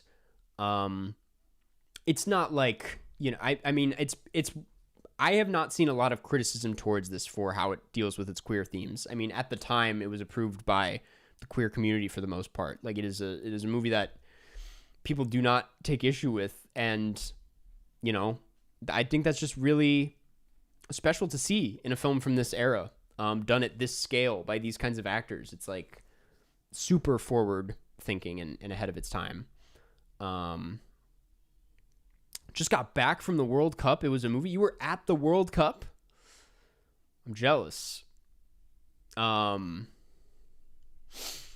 yeah, I love this movie. I was going to speak a little bit on one of my favorite things I picked up on this time was how it kind of feels like a movie about true crime before the true crime phase. Like, it really captures society's obsession with spectacle and violence and crime in a way that's like super fun. I love how like instantaneous the fandom is, like how the world feels completely empty and like just another day, and then as soon as it's revealed who's on the phone, like these giant crowds of people but like come out of nowhere, and it just feels like, where did all these people come from?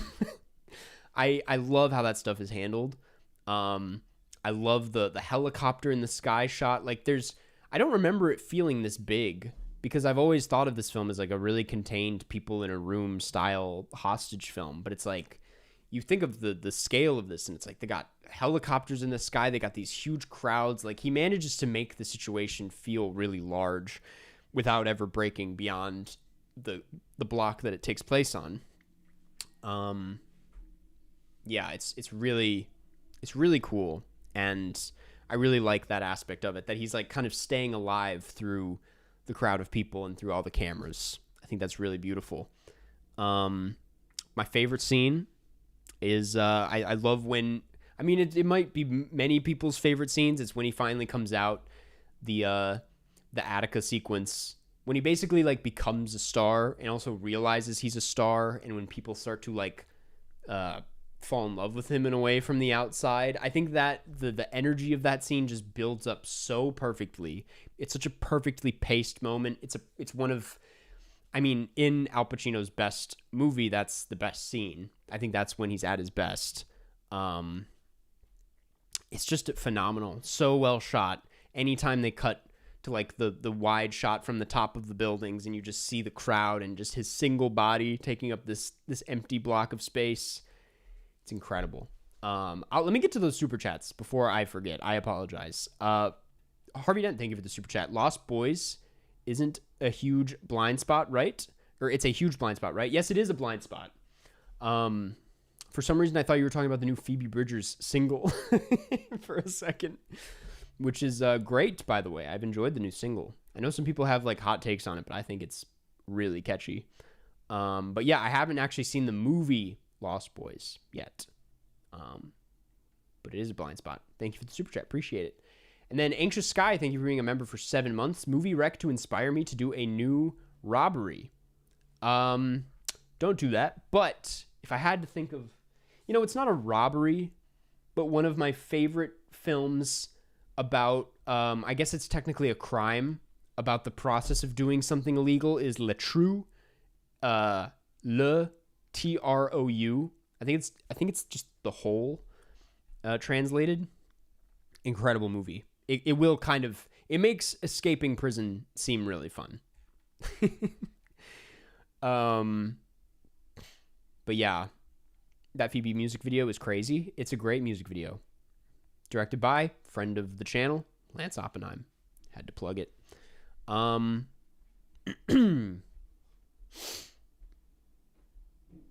Would someone rob a bank for fame? I think realistically, like robbing banks, kind of a dated thing, no? Do people still rob banks? Is that still a thing?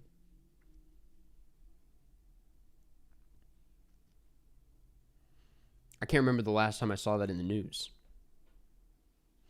Don't rob a bank, Anxious Sky, please. I never told you to rob a bank. I told you to watch a movie. Have you seen American Animals with Barry Keoghan, another true story robbery inspired by film?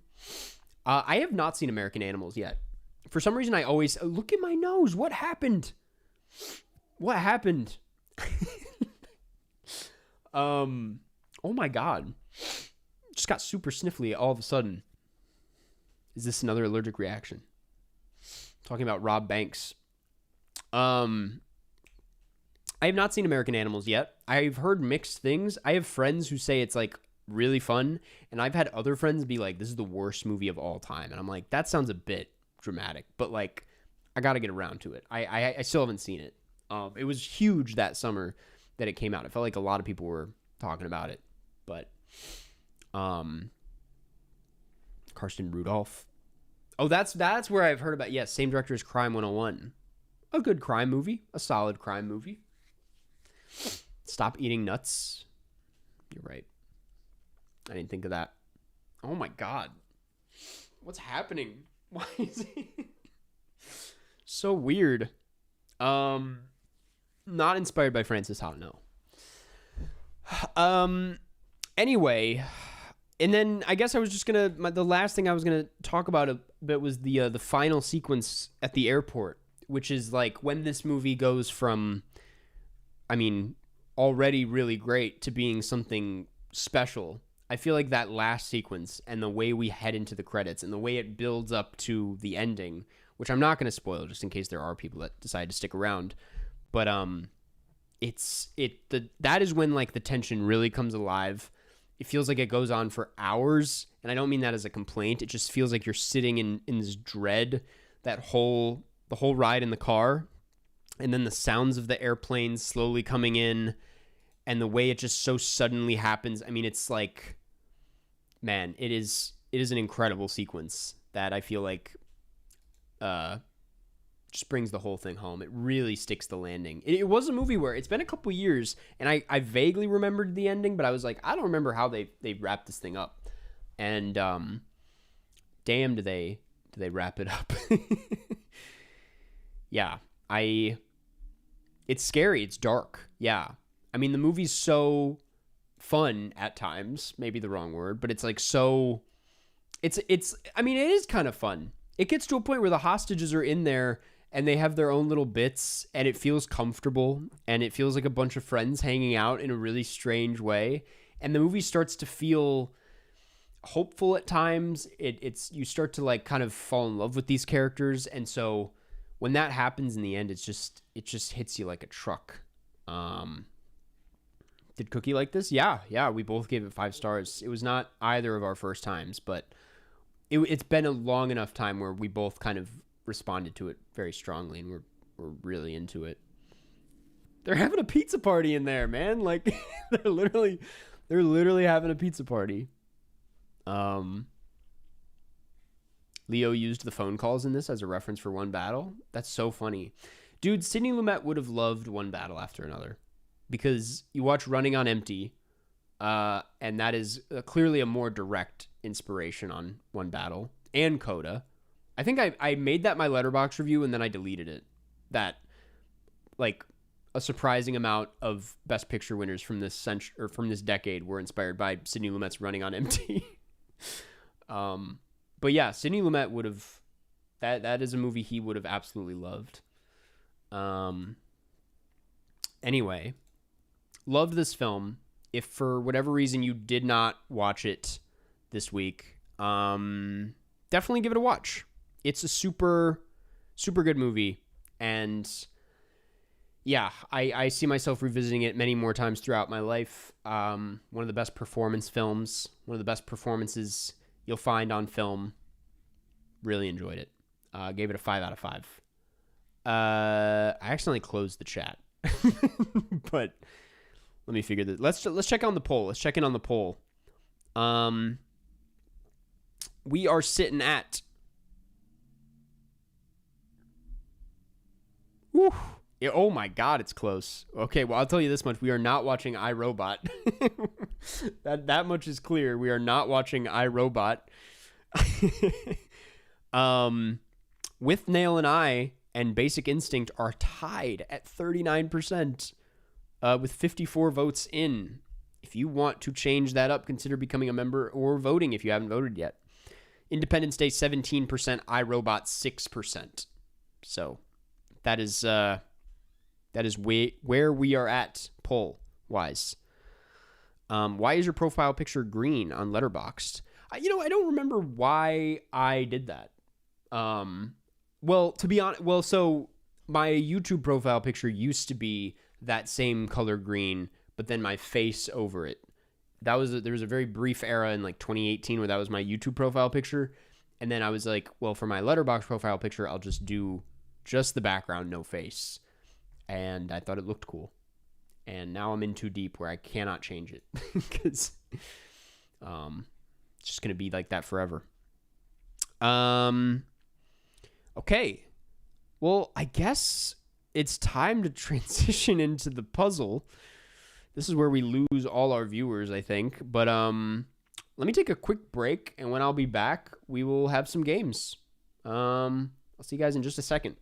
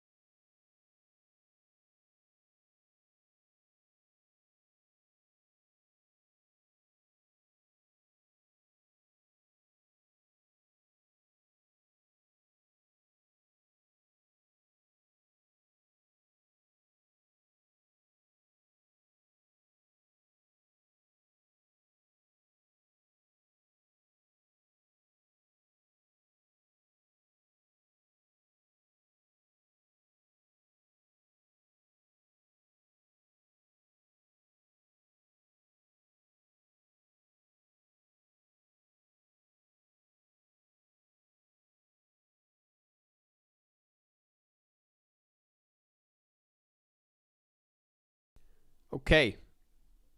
Let's see how this goes. So we're on the Switch, and we are playing Baba Is You. Hopefully the sound is not too loud. Question mark. This is the first time I've ever played this. I don't know what I'm getting myself into. I don't know if this is going to be a disaster, if this is worthy of being on stream. But we're going to give it our best, aren't we? Carson, I'm an expert at this game. I can help you. Someone said I'm about to be so confused. I'm honestly nervous, and for some reason my hopes are not high for myself. And I'm already confused, and I don't know what I'm looking at. If you guys didn't know, this is a this is a puzzle game. That's about it. I'm assuming that I'm Baba, and I need to get to the flag. So far, my controls aren't really doing anything. Flag is win. Baba is...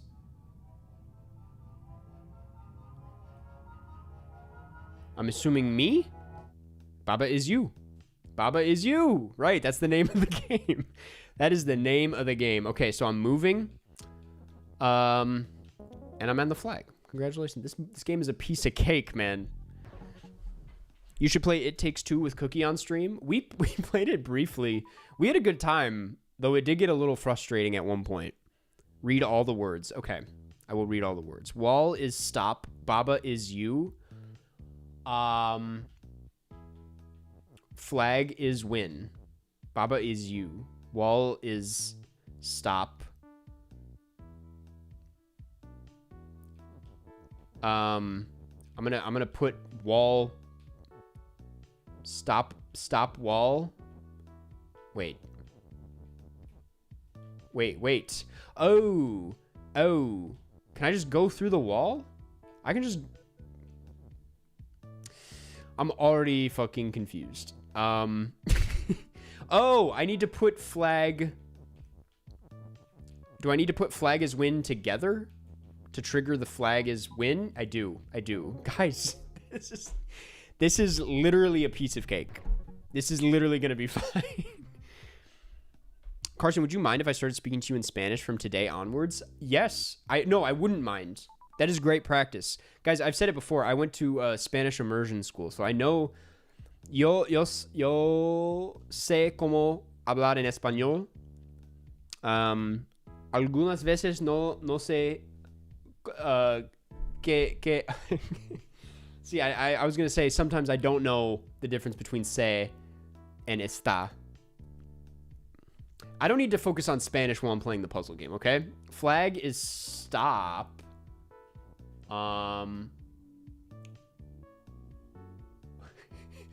Wall is stop. Wall is win. Right. What? How do I... Oh, do I need to... I need to take Baba out. Baba is me. And then do I transform? What? What happened? Undo?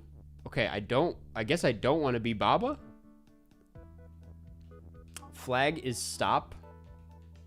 Oh, I can't get through. What the fuck, man? Oh, maybe. Oh, it's right there. Right there. I got confused by the Baba is you of it all. There is no Baba. Sé is knowing, estar is being. Right. And then ser is knowing. Or I mean being. Permanently. But estar is being, like, briefly. I love you, Karsten Runquist.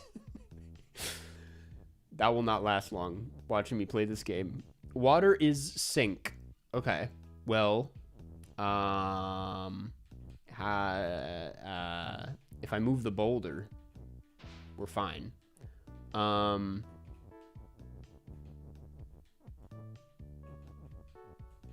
I fucked? Did I? Okay. Rock is push. Flag is win. I need to undo a few things.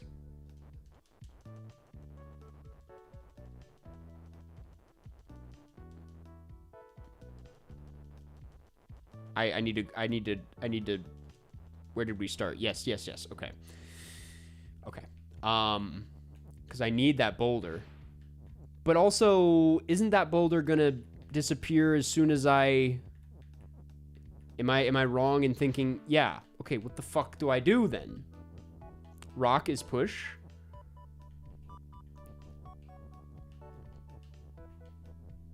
It's just a game about coding. Well, now I'm stuck, to be honest. Is there a way to... Oh, I get it. I'm gonna move, wait, undo.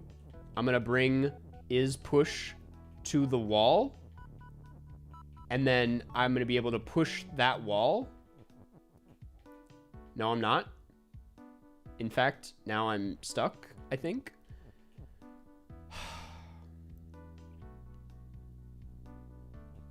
How do I change water is sink? We should react to something. This is not a good idea. I told you we're gonna give it 10 minutes, and if it's not working, it's not working. But I kind of now feel determined to figure this one out. But I might. You don't need to. Think about everything being an object, but it can have any property. Anything can be an object. Oh, so I see. But it can't have any property. Okay, let me start this one over. I figured it out. I'm gonna use. I think I think I know what I'm gonna do. I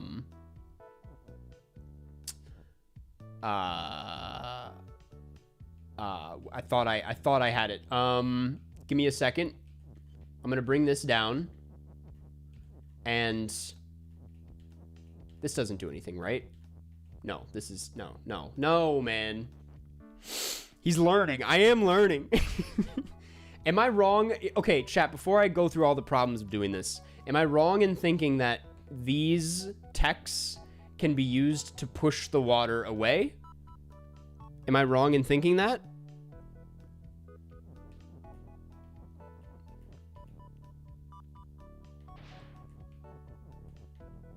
Nope.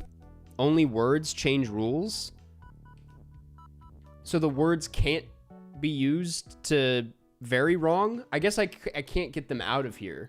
What the fuck am I supposed to use to push through to the flag then? There's no way out of here. There's no way I can change... I can't change water is sink. There's no... Rock is push? What, flag is push? Rock is win? Rock is win. Let me start over. Rock is win. I got there.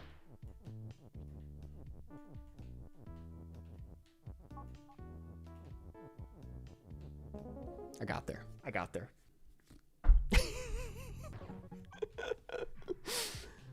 is why I do these things in private. Still out of reach. It's only uphill from here, right? Rock is push, skull is defeat. Okay. This sounds pretty straightforward. I thought the rock would push that out of the way. Baba is you, flag is win. So these in the corner mean I can't really do anything with them. I can't, I see. I can't really change that, can I? But also, if I put these... If I put the rocks in a certain formation... I thought that would work. Wait, I'm getting somewhere. Maybe push words with objects. Oh! Okay, chat kind of gave me that one. So I want to push this over here. Skull. I want skull to be push. So I'm going to move this. Oh, but I need... I see. Rock is push. Okay, wait. Things are... Oh, I see. Give me a second. I need to push these all the way down. One more. Because I want skull to be push. And then, do I even need to do this? Do I even need...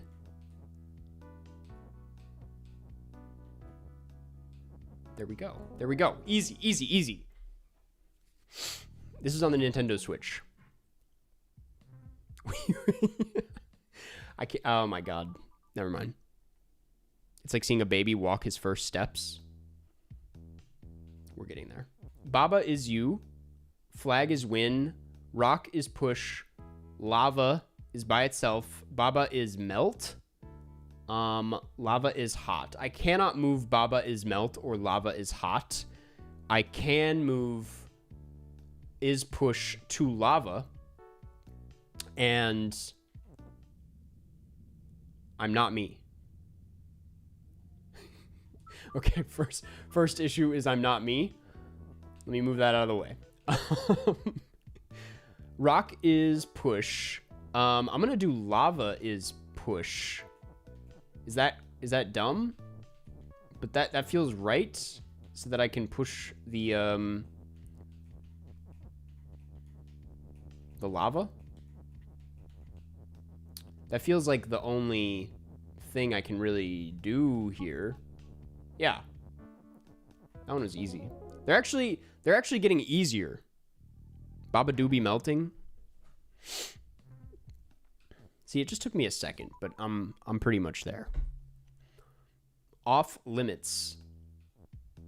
So, wall is stop, Baba is you, flag is win, skull is defeat, rock is stop. Okay. Skull is defeat, and we're surrounded by that, but we can immediately take that out, and all of a sudden, we're there. We're gonna want rock to be... There is no push, I'm realizing, but we... And I don't want to move any of these, so this is when it gets kind of interesting. We're gonna move... Oh, wait, I can't push. Is there no ability to push?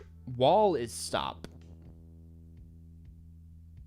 And I can't touch Baba is you.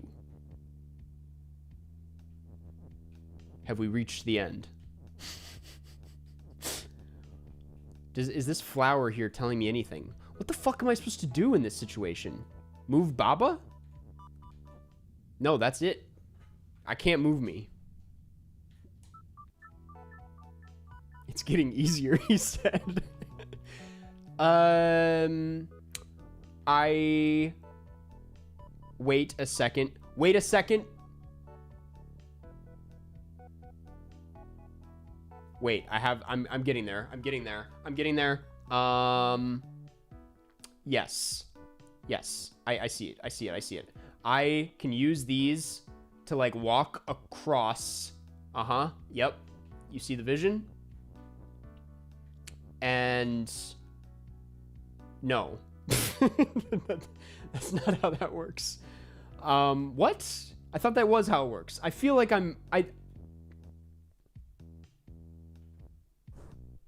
Oy vey, I don't know about that. Start over.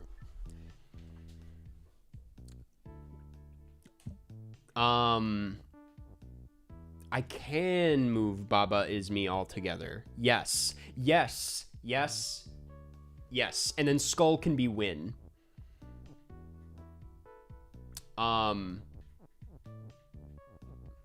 Good thinking. Oh, I'm sorry. No, we're getting somewhere. Because as soon as I can push Baba is you through the stones, can I though? Can I even push them through the stones?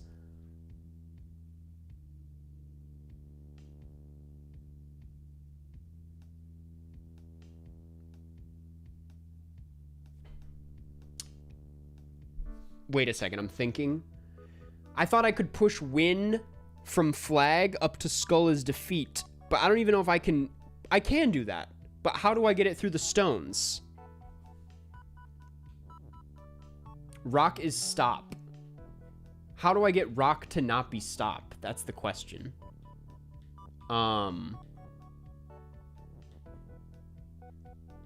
I suppose I could start by moving.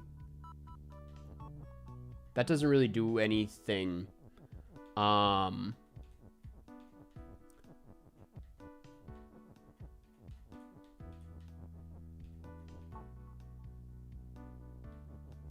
I getting anywhere? Am I getting anywhere with this? He's confused, but he got spirit. Make yourself wall.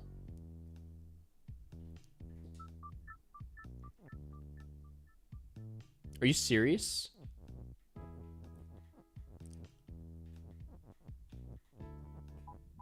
That works? No, it doesn't. No, I need to... Oh, do I need to... Wait a second. U is wall. Is what... Okay, wait. U is wall? U is wall? This is crazy. I didn't... Okay. I think I killed myself. Okay, but we're figuring it out. We're figuring it out. I was not aware that was even a possibility. Okay, U. Wall is U. I want to... Okay, I got it. I got it. I don't actually know how that just happened, but I'll take it. I was planning on crushing the rocks, but that didn't really... That didn't really do anything. Okay, so I can become other objects. That's major. That's actually major. You missed 2 super chats before Dog Day? My bad, my bad. Z Manu, thank you for the super chat. Thank you for being a member for 3 months. Love you, Carson. Hey, I love you too. Anxious Sky, thank you for being a member for 7 months. Movie rec to inspire me to do a new robbery. I already answered that. Don't do a robbery. Flowed, thank you for the super chat. Really generous super chat, thank you. Riley from Hivemind says he watches your videos in their last video on Unlimited. Shout out. Whoa, that is actually crazy. I of course know of Hivemind. I didn't know they knew who I was. That's incredible. I'll have to check that out. Shout out to those guys. That's so funny. And I think that's it. Am I wrong? I think that's it. Glad I caught that. Thank you for telling me. That's really funny. Okay, Baba is you. Flag blank win. So okay, we're in an interesting situation here. Grass is stop. I can't really touch grass or stop, but I can do this. I can move. No, I can't. No, I can't.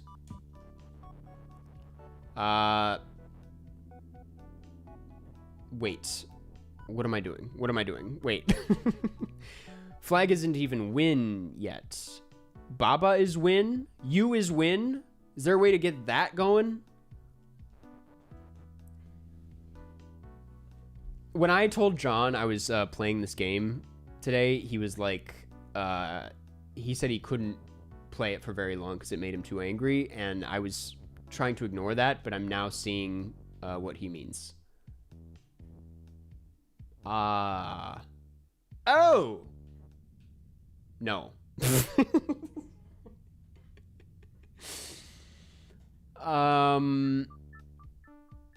What the fuck? Surely check out the new Cine Eternal season. No, I think we're gonna ride this one out. Maybe. Grass is stop. Okay, but this is... Wall is open. Wall is open, which is interesting. I didn't realize that. Can I just simply... Oh, wait a second.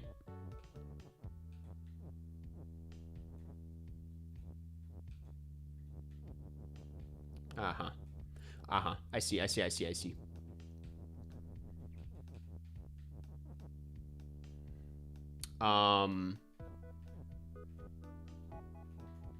Wait. Oh, yeah. This is genuinely genius shit on my part. Actually a genius for that one. That's crazy. That felt good as fuck. I'm not gonna lie to you. That one felt really good to execute. And to see it actually... See, this is why we stick with it, chat. Believe in yourself just a little bit, and things can happen. What's the name of this one? Icy Waters. Icy Waters. Jelly is sink. We cannot touch that. Wall is stop. And then we have a single wall in the middle of that. Baba is you and sink. I think my first instinct tells me to move and sink down and then go around. Jelly is sink, wall is stop, flag is win, of course.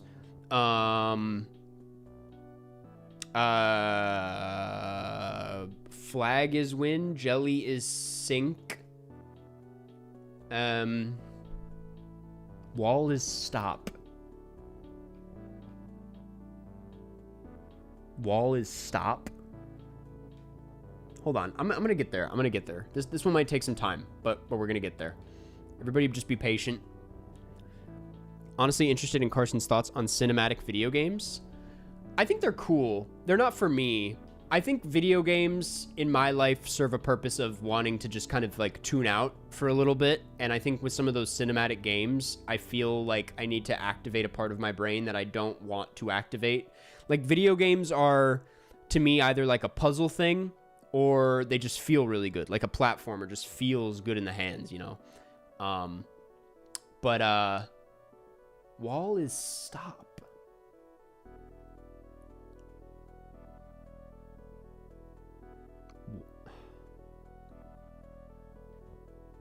Baba is you. Baba is you and wall, maybe?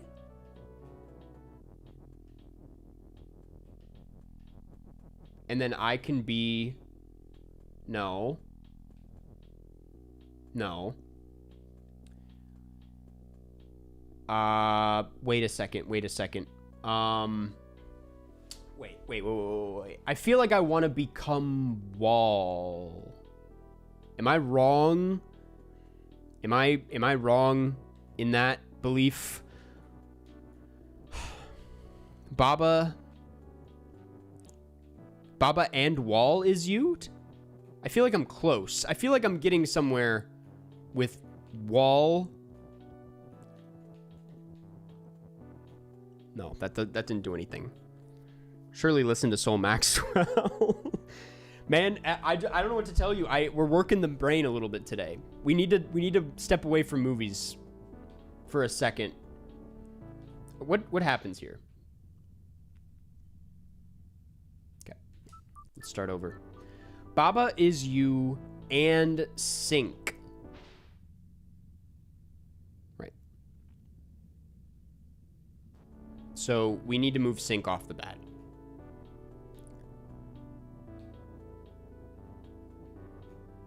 Jelly is sink. I guess I'm just confused on what sink means. Oh! Baba is you and wall? Oh, no, that didn't do anything.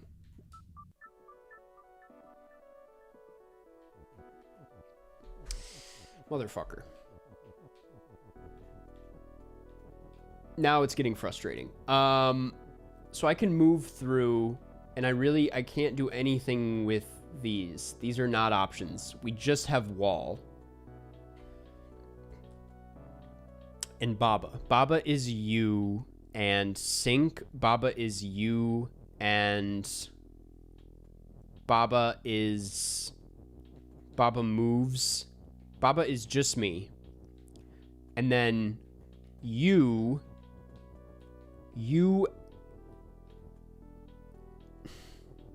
I want to move wall. And I feel like I'm getting somewhere with that. Like I'm supposed to move this wall. I can't get rid of you there because that motherfucker. Nothing. Karst is blind.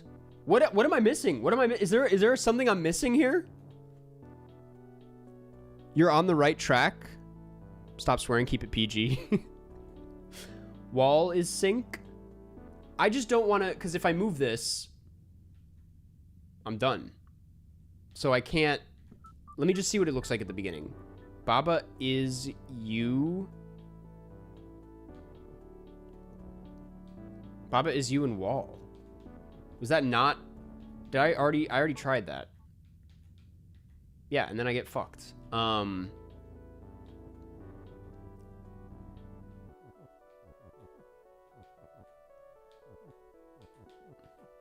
I stupid? This, now I'm actually getting pissed off. This one is pissing me off a little bit. Oh, wait a second. Flag. Wait a second. I think I have an idea. Though I don't think it's a great idea.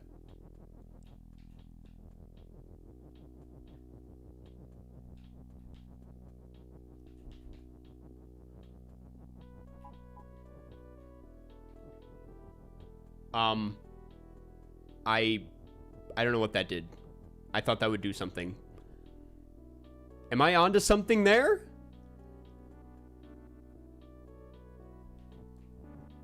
What did that do? Did that do anything? You can be multiple things. Flag is just wall now. Oh, that's what happened. I was like, what happened? Jelly. I can be multiple things. You. Oh my god. Oh my god. I see.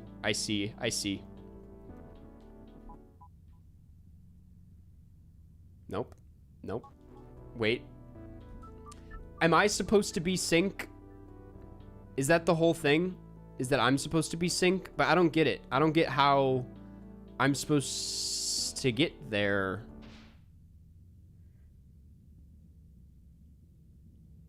Wall and Baba is you?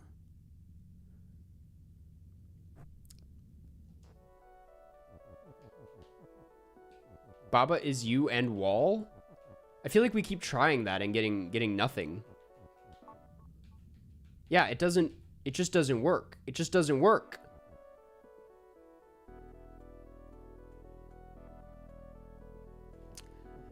Chat, I'm getting genuinely pissed. Other way around? Yes, but how do I change the order? You know what I mean? Okay, wait, I can't do that.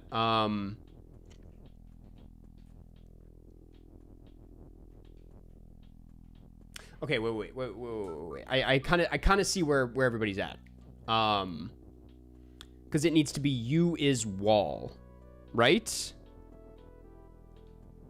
So do I need to just like one by one?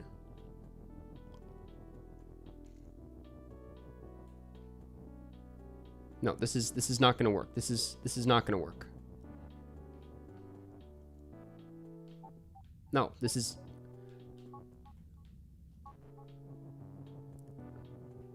Am I insane? Am I insane?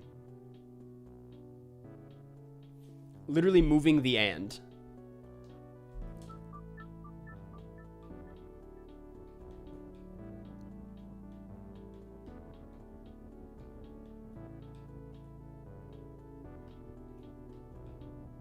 I don't understand. Oh.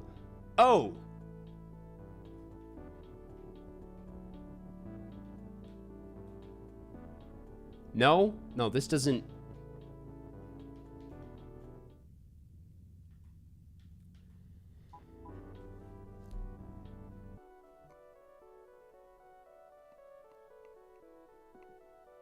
Right idea? Do you or have stupid? I think I'm thinking too hard about this. Right idea? You're close.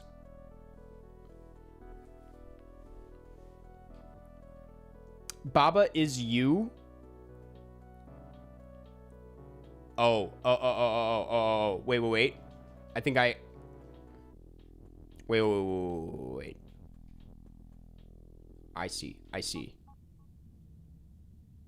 No. Okay, wait, let me start over. I get it. We're gonna move sync. We are then going to move and. Guys, it took me a second. This is what you meant by the other way around.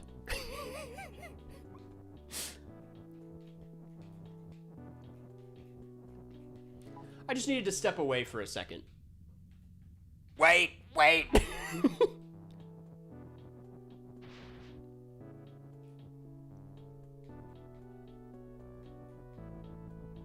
Okay, I guess we got there. That wasn't pretty, but we got there. Holy shit. My mind just doesn't work like that. Wait, they don't love you like I love you.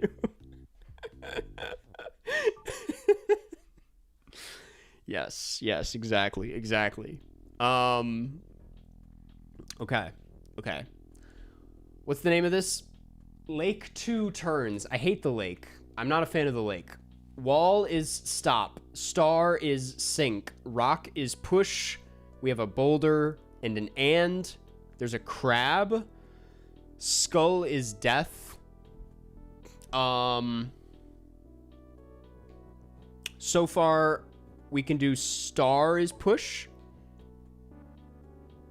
And maybe do something with that. Probably not a good idea. We can do star. We can do rock and star is push.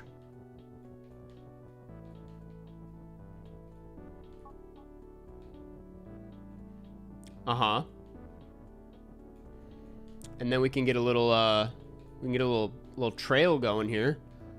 Move this all the way through. I don't know what that does other than push crab.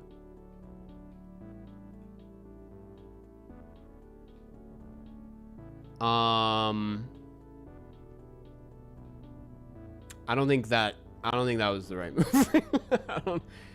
I could just keep. We have a couple other things we can push, I guess. No, we don't.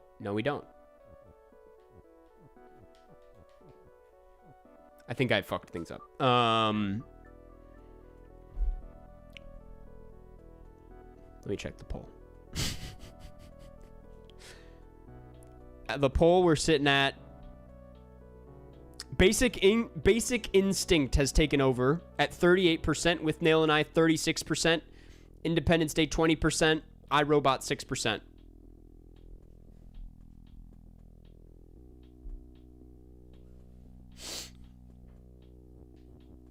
That was okay. I had the right idea. I think let me just look for a second.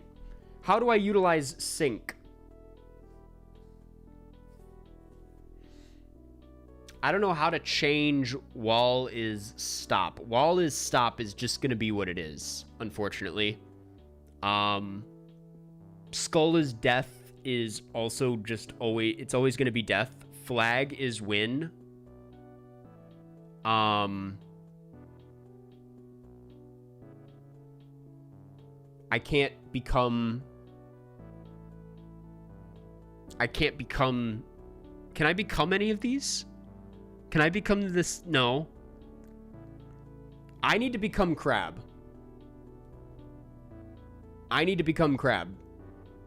And to do that, I don't know how to do that.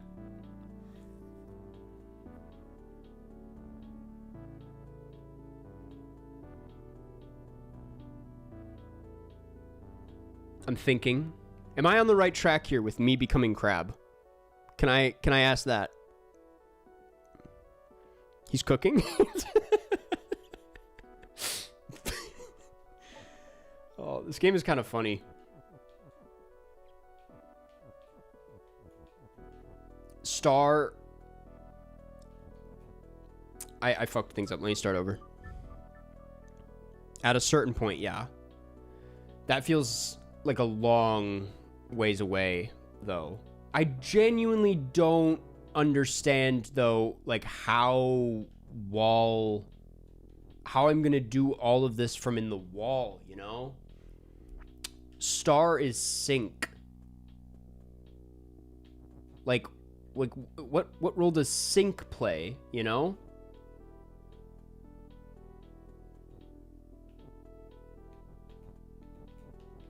Oh, star is sync and push, maybe? And then if I push the star into the... Yes, dude! Yes! Oh my god! Oh my god. Okay. That felt so fucking good.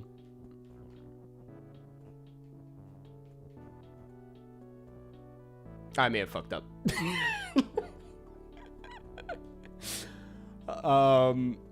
I don't think I was supposed to push. Wait, how do I, wait, motherfucker. How do I get crab?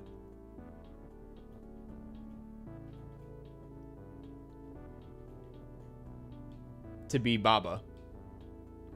I was so close. I was so close.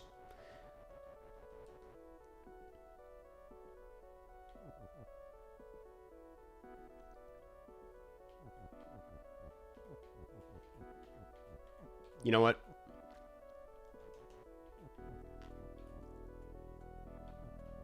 I might be dumb.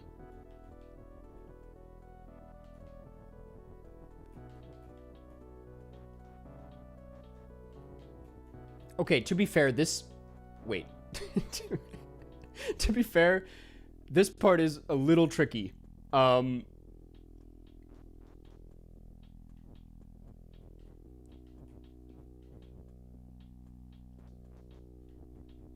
Dude, dude, stop. Don't do this to me. Wait. Wait.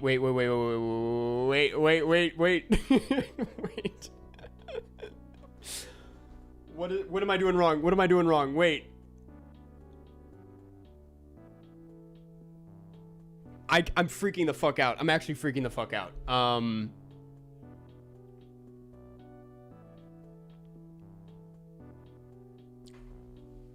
need to look away. I need to look away. I'm thinking about it too much. I'm thinking about it too much.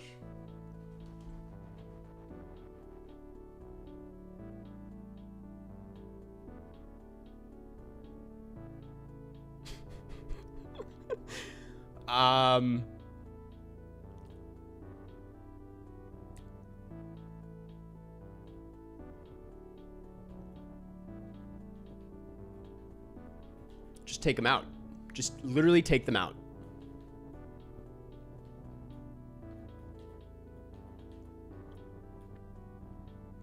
Nope. You were so close, man. You were so close. Okay, listen, in my defense, it gets a little sketchy back there. It got a little thorny. I started to think about it a little too much. Oh my god. This is a humiliation ritual. Affection. But we got there. No hints, by the way. Okay, Kiki is move. I already need to start over. Love is win. Algae is death. Baba is you. I'm pressing A and this is happening. Okay, Jesus Christ. This shit's gonna give me a headache. So when I press A, they move. But when I move, they... Okay. And okay, I can touch them. I can touch them. Okay, love is win. Love is never not going to be win. Ain't that the truth? Algae is never not going to be death. Love is push. So I don't like that. Yeah, I didn't like that. Oh my god. What about love is move?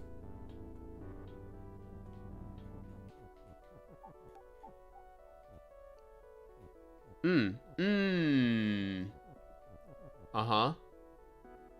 Uh-huh. Okay. Don't overthink it. Don't overthink it. Just get there. Just get there. That one wasn't that bad, but it made me nervous for what is to come was the issue.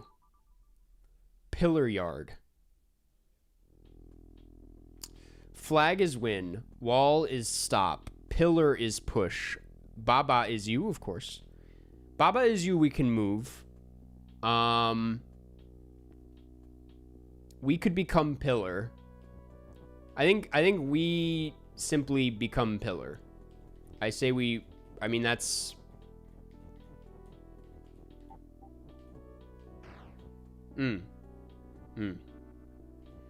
But we have multiple.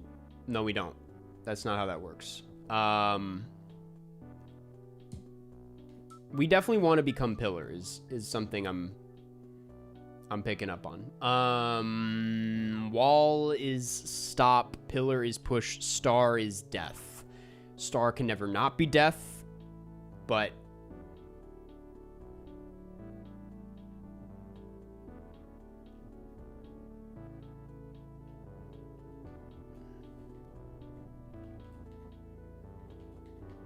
I like pillar being me, but something feels strange here. Something doesn't feel right. Wait, I think I get it.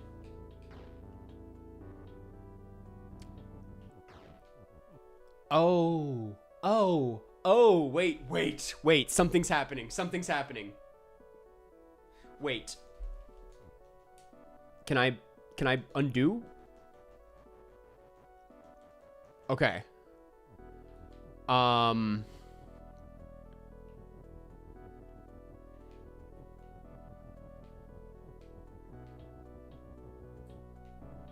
Okay, maybe that's not at all what we wanted to do.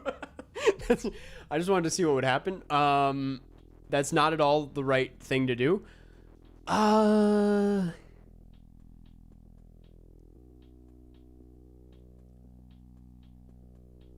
Those starfish are really they're kind of tough, aren't they? Flag.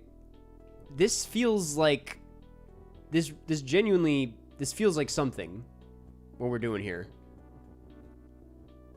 No. I think I'm literally onto something. What that is, I don't know. I want to be wall, but I don't know how I'm supposed to do that.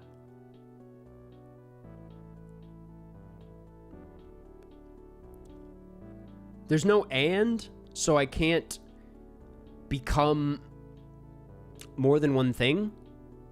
I cannot become wall, I don't think.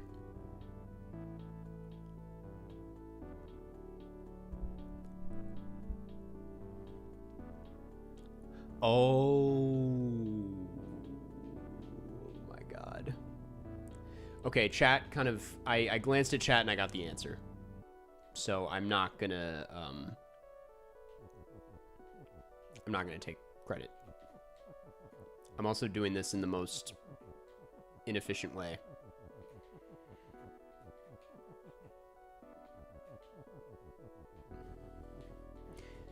Damn it. It doesn't feel good when I get the answer.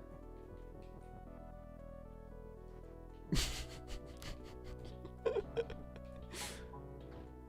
that's pretty good. That's pretty good. You need to believe. I need to read. Carson, do you hate anime? Why? So I don't hate anime. I love anime.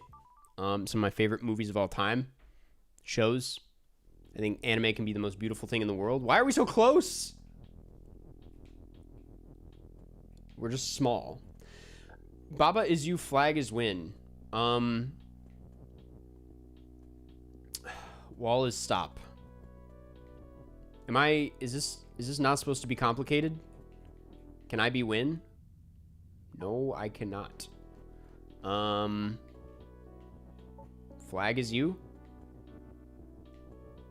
Well, that doesn't do anything for me either.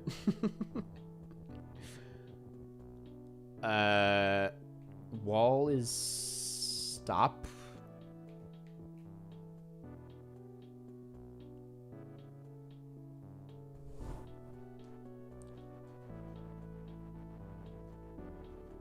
I'm undoing. Wow, I really walked around this much? Okay. Can I, nope.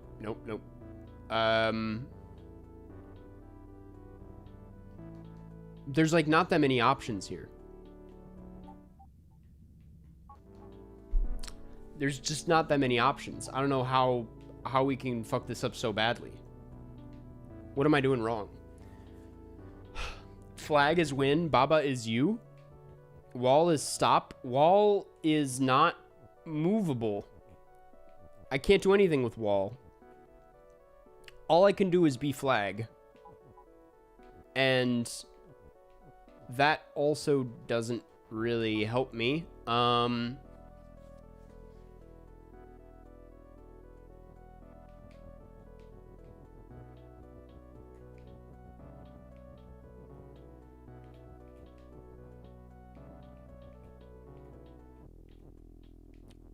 Win is you?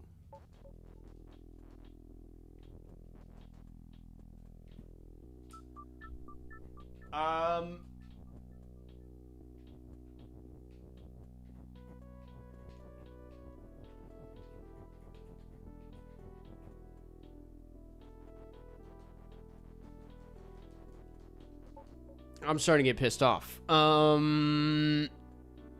Baba is you. Flag is win. Wall is stop.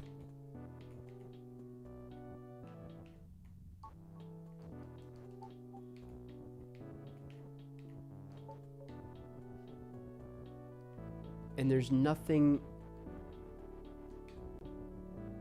What else? Stream about to be over? What time is it? 2:32? We got 30 minutes, man. We got 30 minutes. I told you this is what today was going to be. This is today. No need to destroy everything. What am I not seeing? I don't know what I'm not seeing. I'm assessing the situation. Also, I just realized I'm covering. But I guess that doesn't matter. Chad had no thoughts on that.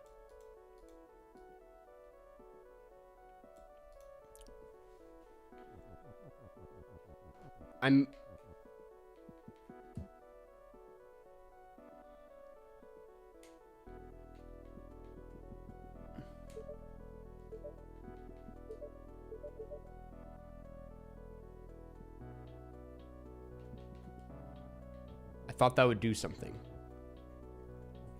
Is this like a breaking the fourth wall kind of puzzle? Am I thinking too much now? What about stretch? Wait. Did that just do something? No.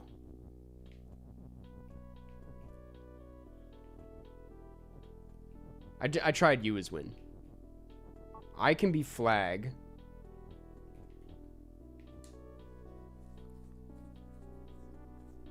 Flag is...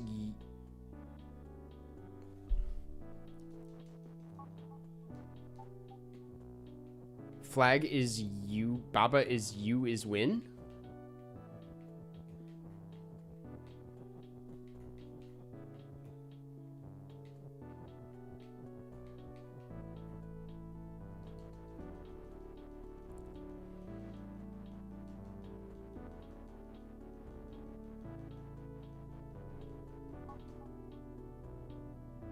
Can you make wall win? I can't do anything with wall, can I? I literally can't. Flag is flag you? What?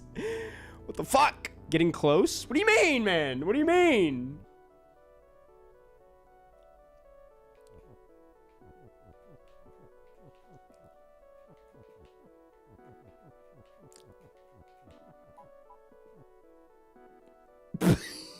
Okay. Okay. I didn't know that was an option.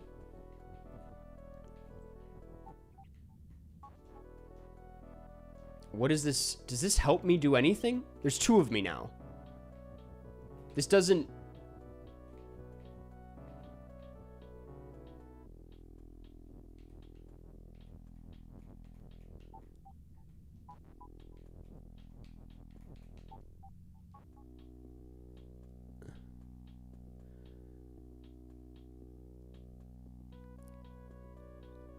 The more I read, the more confused I am. What? I don't...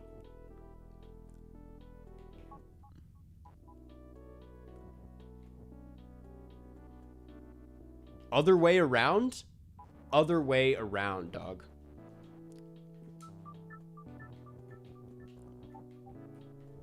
No, no, but wait. Why is this so hard? You know?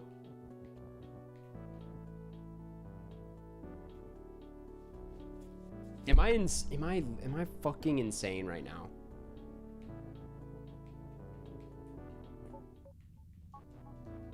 I was so close. I was so close, and now I'm freaking the fuck out. When is the one I watched this month coming out? It's coming out next week. I was gonna put out this week, but I think I want to put out my invite video first, and so that's coming this week, and then that one's coming next week. Bro fell for rage bait. You got this. You've really overcomplicated things. That's how it is with me, man. that's the way of my life. There was something there. Is this anything? It's nothing. That's nothing.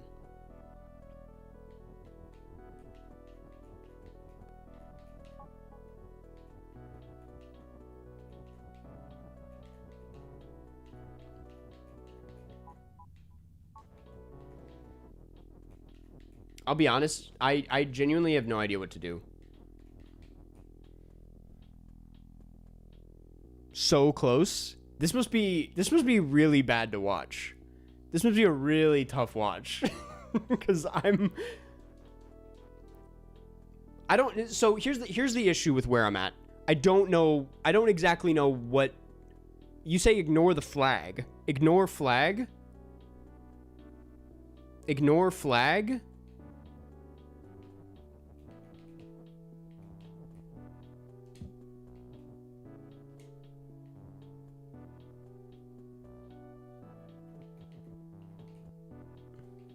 So just Baba is win?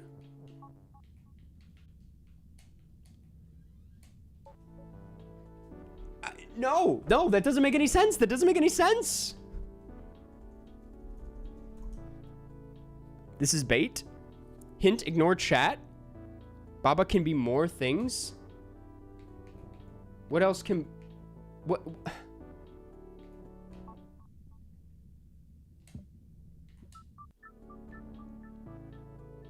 Scripted loss. Is chat trolling? Am I insane? Try Baba is win, then go to the flag.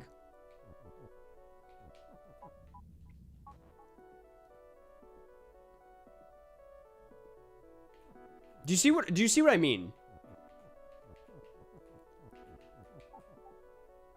Wait.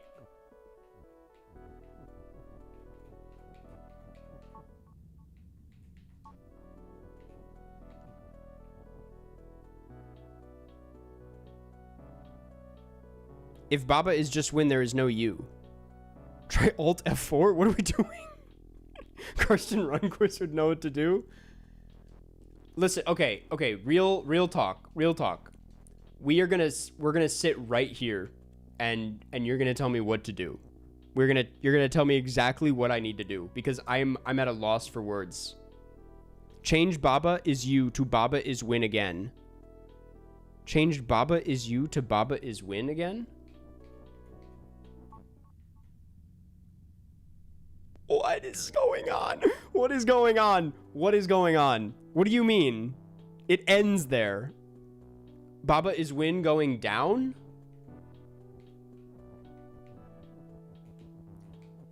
If this works, I'll have no idea why.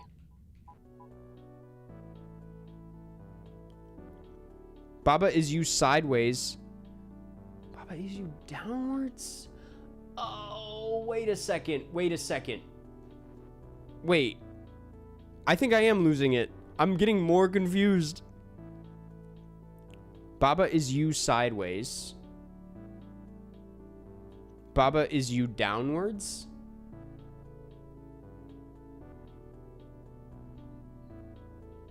Make a right angle.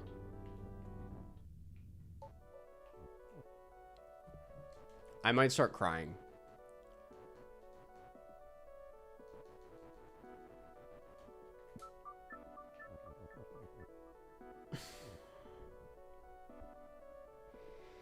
Baba is win downwards?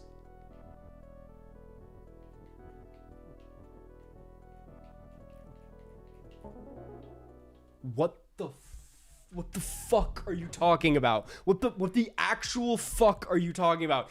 I don't know why that happened. I don't know why that happened. It doesn't make any sense. I'm genuinely so mad right now. That's I don't get it. I don't get it. I still don't get it. I'm still mad. Because Baba is both you and win. It's two separate commands. Carson, I'm scared.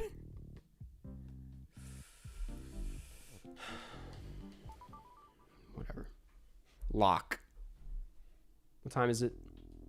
Got a couple more in us. Maybe. Baba is you. Wall is stop. Door is stop. Door is shut. These are certainties. These will not be moving. And unfortunately, we're trapped in the wall, but that's fine. We now have rock. Key is open.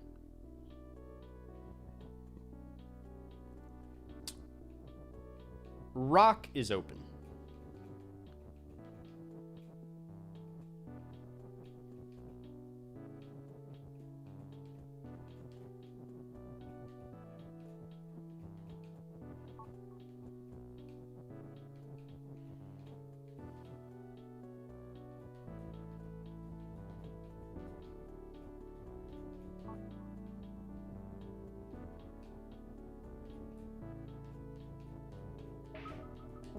King shit. Easy fucking shit. I don't want to hear it. Probably the easiest puzzle I've ever done in my life.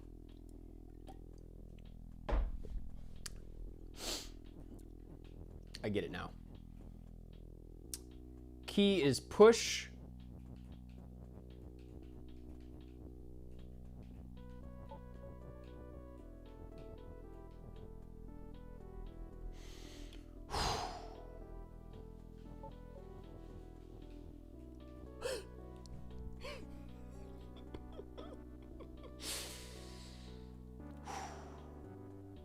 Stay calm. Stay calm.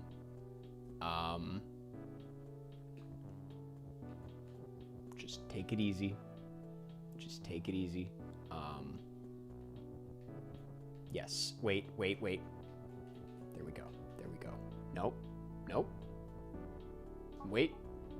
So close. So close. Wait. Nope. Start over. I know what we're doing. Key is push. And key is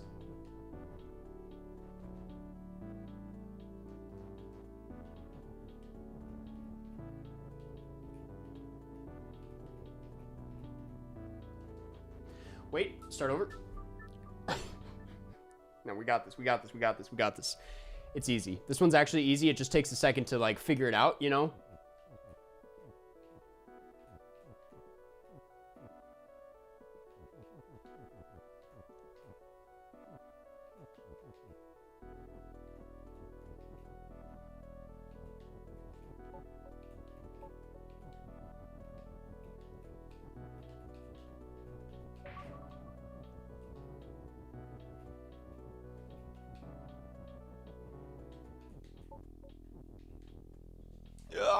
What?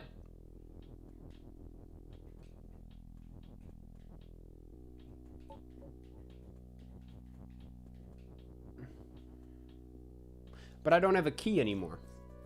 What about doors push? Is doors push a thing?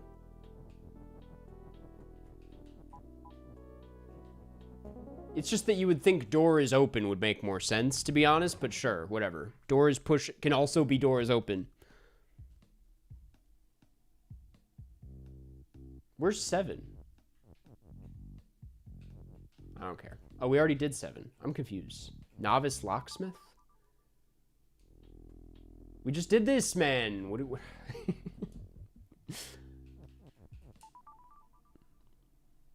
Please, let's not play this again. This is going to be the next month. Pride Month is over. We're doing puzzles now. Jelly is stop. Where's the flag? The flag is nowhere to be seen. Which is great. Wall will not be stop. Jelly is going to be win. What? What just happened?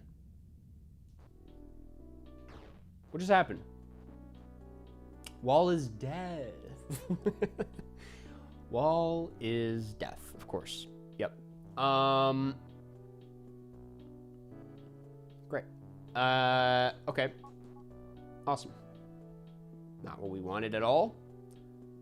Wall is death.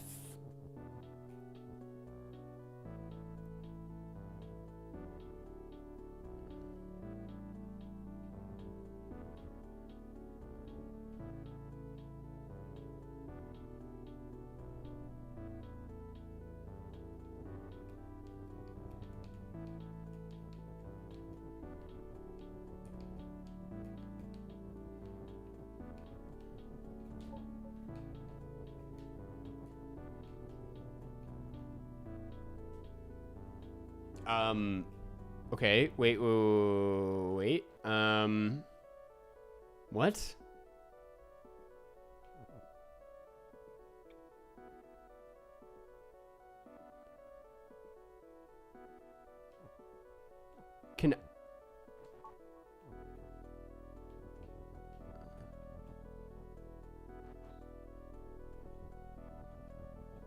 Can I be jelly? Is there a world where I can be jelly?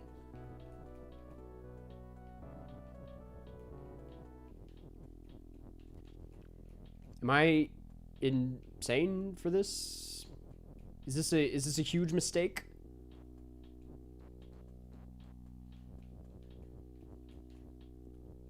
It's probably a huge mistake.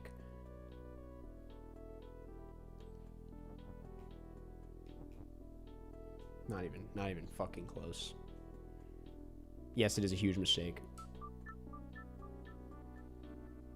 Viewership is halved. But my mental strength is I don't know. Think about the gains. I am on the verge of giving up. This will be the one that takes me out for sure. We're at that point of the stream where there's not a lot left in the tank. And I have zero clue where to begin with this. Because if I can't do that, then what the fuck can I do?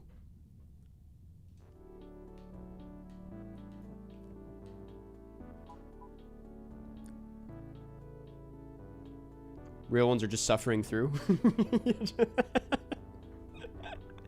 That's the message of a true member. Jelly is wall. You're saying jelly is wall.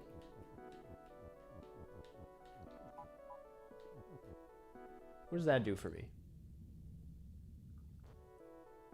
That does something, but I don't know if that does anything at the same time. Now I'm just surrounded by death.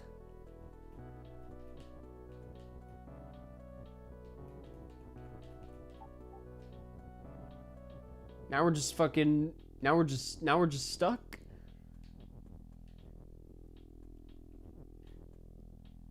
Vice versa? You can argue the tank wasn't even there? Wall is jelly? Oh. Wall is jelly? Wow. Okay. And then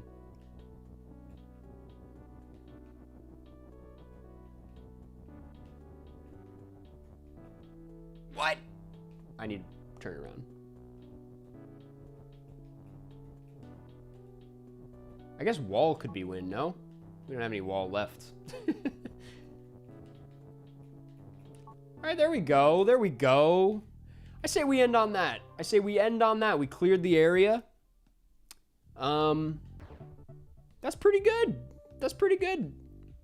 Not bad at all. And then we're on to the next one. Locked In. That's what this next one's called. No, that was that one. Changeless is what the next one's called.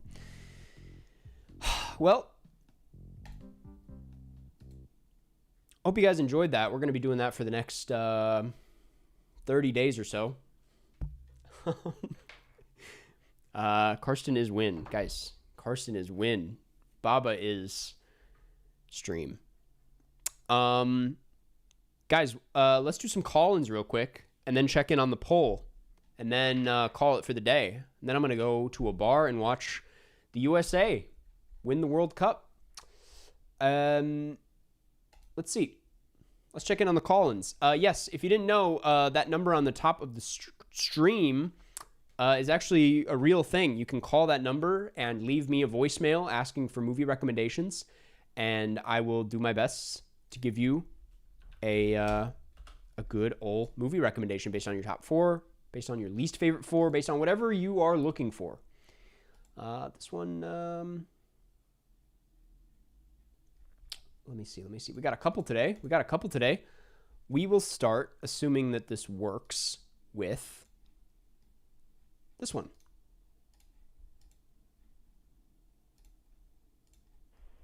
Hi, Karsten. Calling from India. I'm a big fan. From India? Watching for like 6 years now. 6 years. So I was looking for films that have a very loose protagonist, who is not the smartest person in the world. Like the mastermind, Yes. Inside Llewyn Davis, the man who wasn't there. Ooh. And the movie kind of happens around them. And you get this drifty kind of feel that you don't know where it's going next. So yeah, I was looking for movies of that more vibe. So again, thank you and keep up the good work. All right. Thank you for calling in. Shout out to India. First call from India. Stream is stop. Oh my God. This game has broken my brain. I was like, and what can we do with that? Shout out India. Shout out John. So you're looking for a very loose protagonist. Someone like in the Mastermind, Inside Llewyn Davis. Man Who Wasn't There. I mean, my favorite movie, he's not really lost, I guess. I like to recommend the old stuff.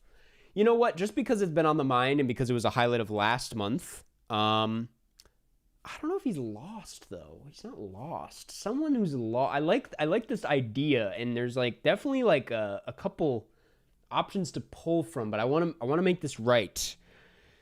Someone who is lost. A bit of a wanderer. I mean, Paris, Texas is the obvious one. I think Paris, Texas, if you haven't seen it, is what you're looking for. But there's something else beyond that. Oh, man. Big K, I can call off stream? You can call off stream. You can call anytime you want. Imagine if I just picked up off stream. Like, hello? Yeah, My Own Private Idaho is definitely one. Gosh, it's at the tip of my tongue. Wait. Oh my God, wait. It's coming. A Jim Jarmusch movie.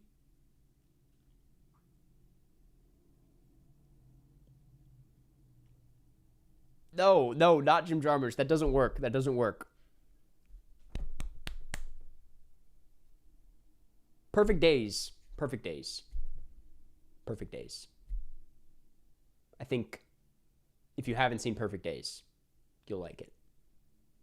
We'll stick with that. Odds that you've seen Perfect Days and Paris, Texas? Who knows? You sound like a fake psychic. Thank you for calling in all the way from India. Okay, let's do the one that just called in. Maybe this is you. Yo, what's good, Carson? Last time I called you, I left my not actual top 4.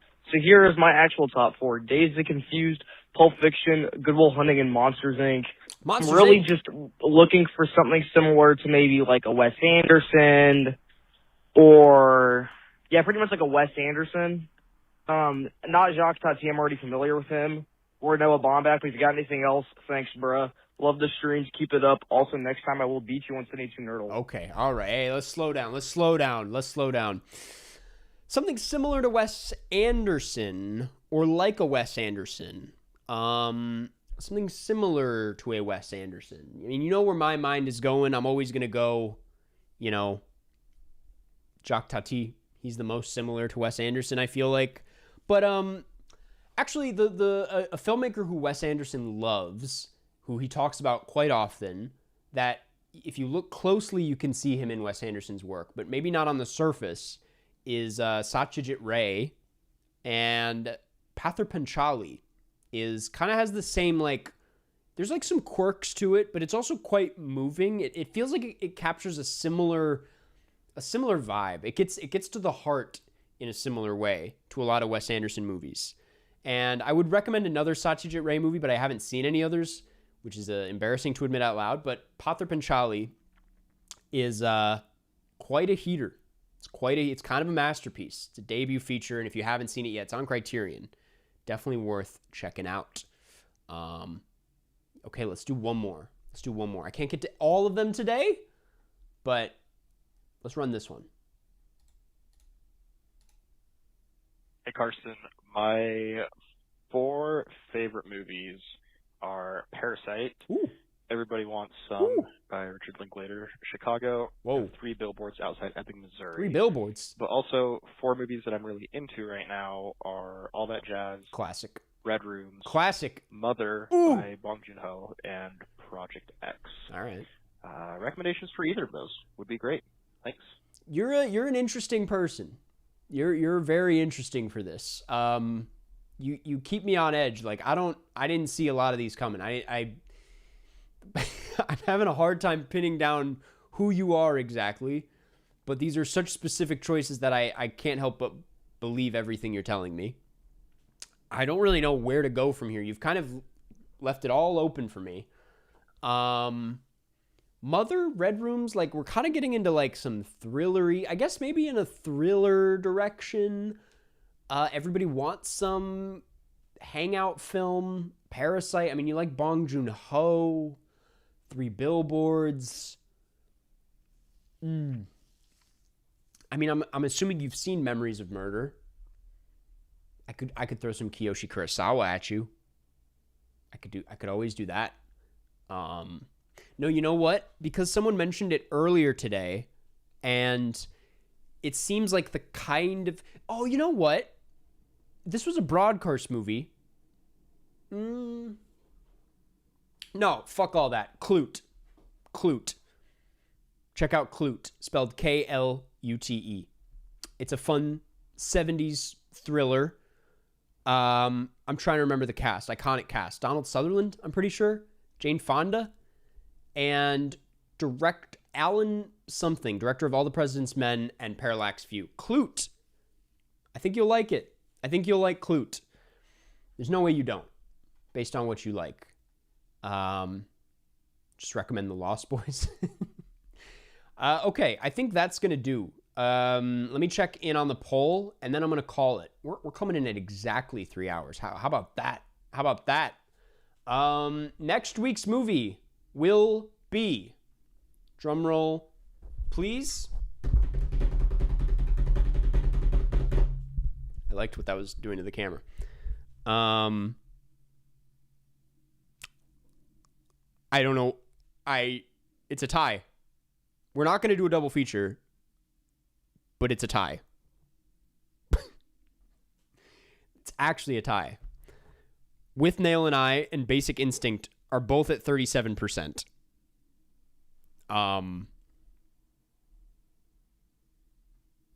We've never run into this before. What are we going to do? We're going to do a coin flip. Assuming no one votes in the next second. Someone voted. It's Basic Instinct. It took over in the last second. 39% Basic Instinct. It's Basic Instinct. It was a shootout. This is just like the World Cup. Guys, next week we're watching Basic Instinct. With Nail and I will return. It will come back and have another chance as the weekly broadcast film. But for now, we're watching Basic Instinct. Where is that available to watch? By the way, it's a Paul Verhoeven film starring Michael Douglas and Sharon Stone. And I think it's a renting situation, at least in the U.S. Erotic thriller. It's going to get fun. Okay, that's next week. Guys, I think that's going to do. We probably won't play this game again, but you never know. It's my stream. I can do what I want. Thanks for tuning in, and thank you to all the members for the support. I got a video on the invite coming this week, as well as a What I Watched in June video, where I will talk a little bit about what I watched in June. Guys, thanks for tuning in, and I will see you in the next